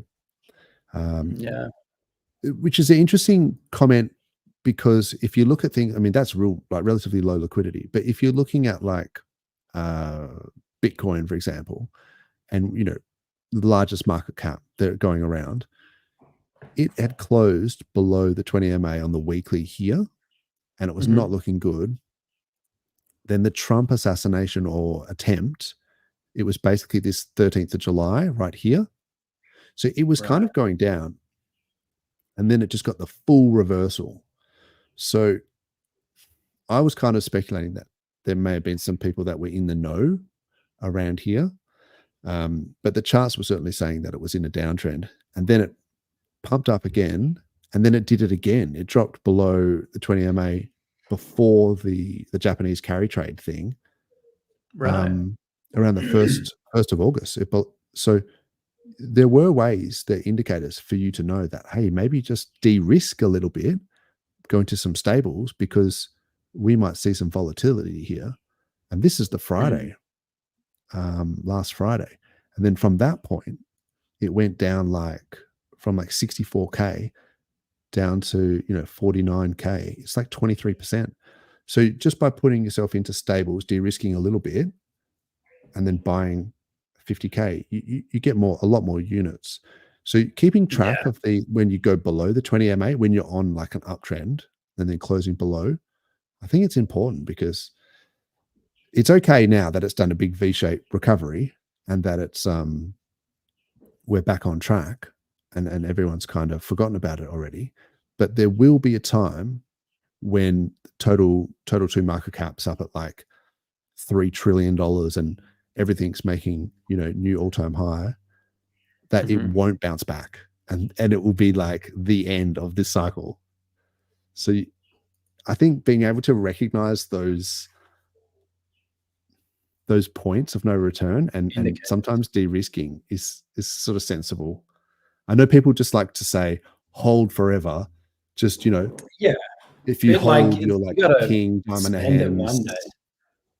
Yeah, but you can't hold it all the way down, man. You can't. No, you're meant to be selling on the way up, even. Not a lot, but a little bit. Even better. Accept the fact that you're not going to sell the Pico top.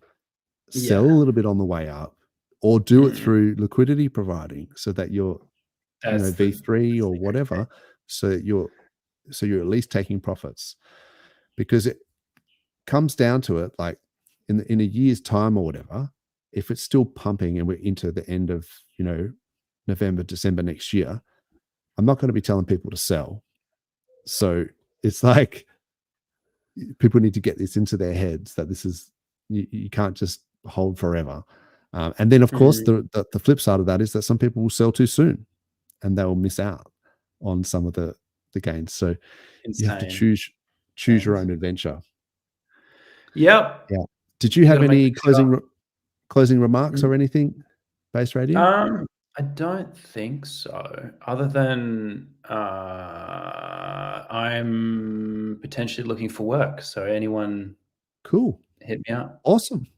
Yeah, if there's people out there who need because you're like a full stack dev, you can do pretty much anything. Literally anything. But like there's some things like people ask me what they want, and then I'll meet them halfway with like a better version of what they want.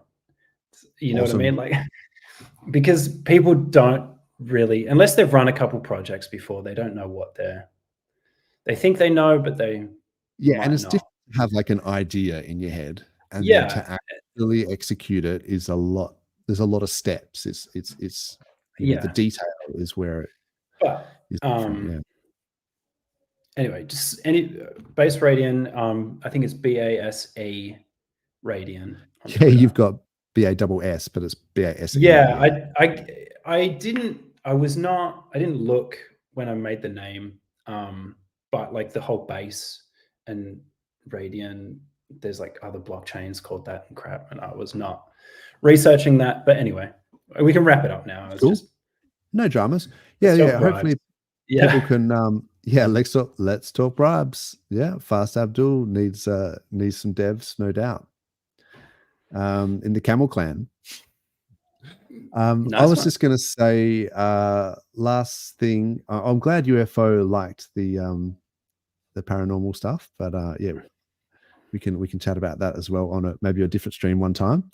But I just wanted to say my last sort of thoughts going into the weekend was, I've been watching a couple of old Richard Hart streams, and it's really refreshing to go back and to see him sort of the way he looks at the markets and the way that he looks at things, and to realize that many years ago he was on top of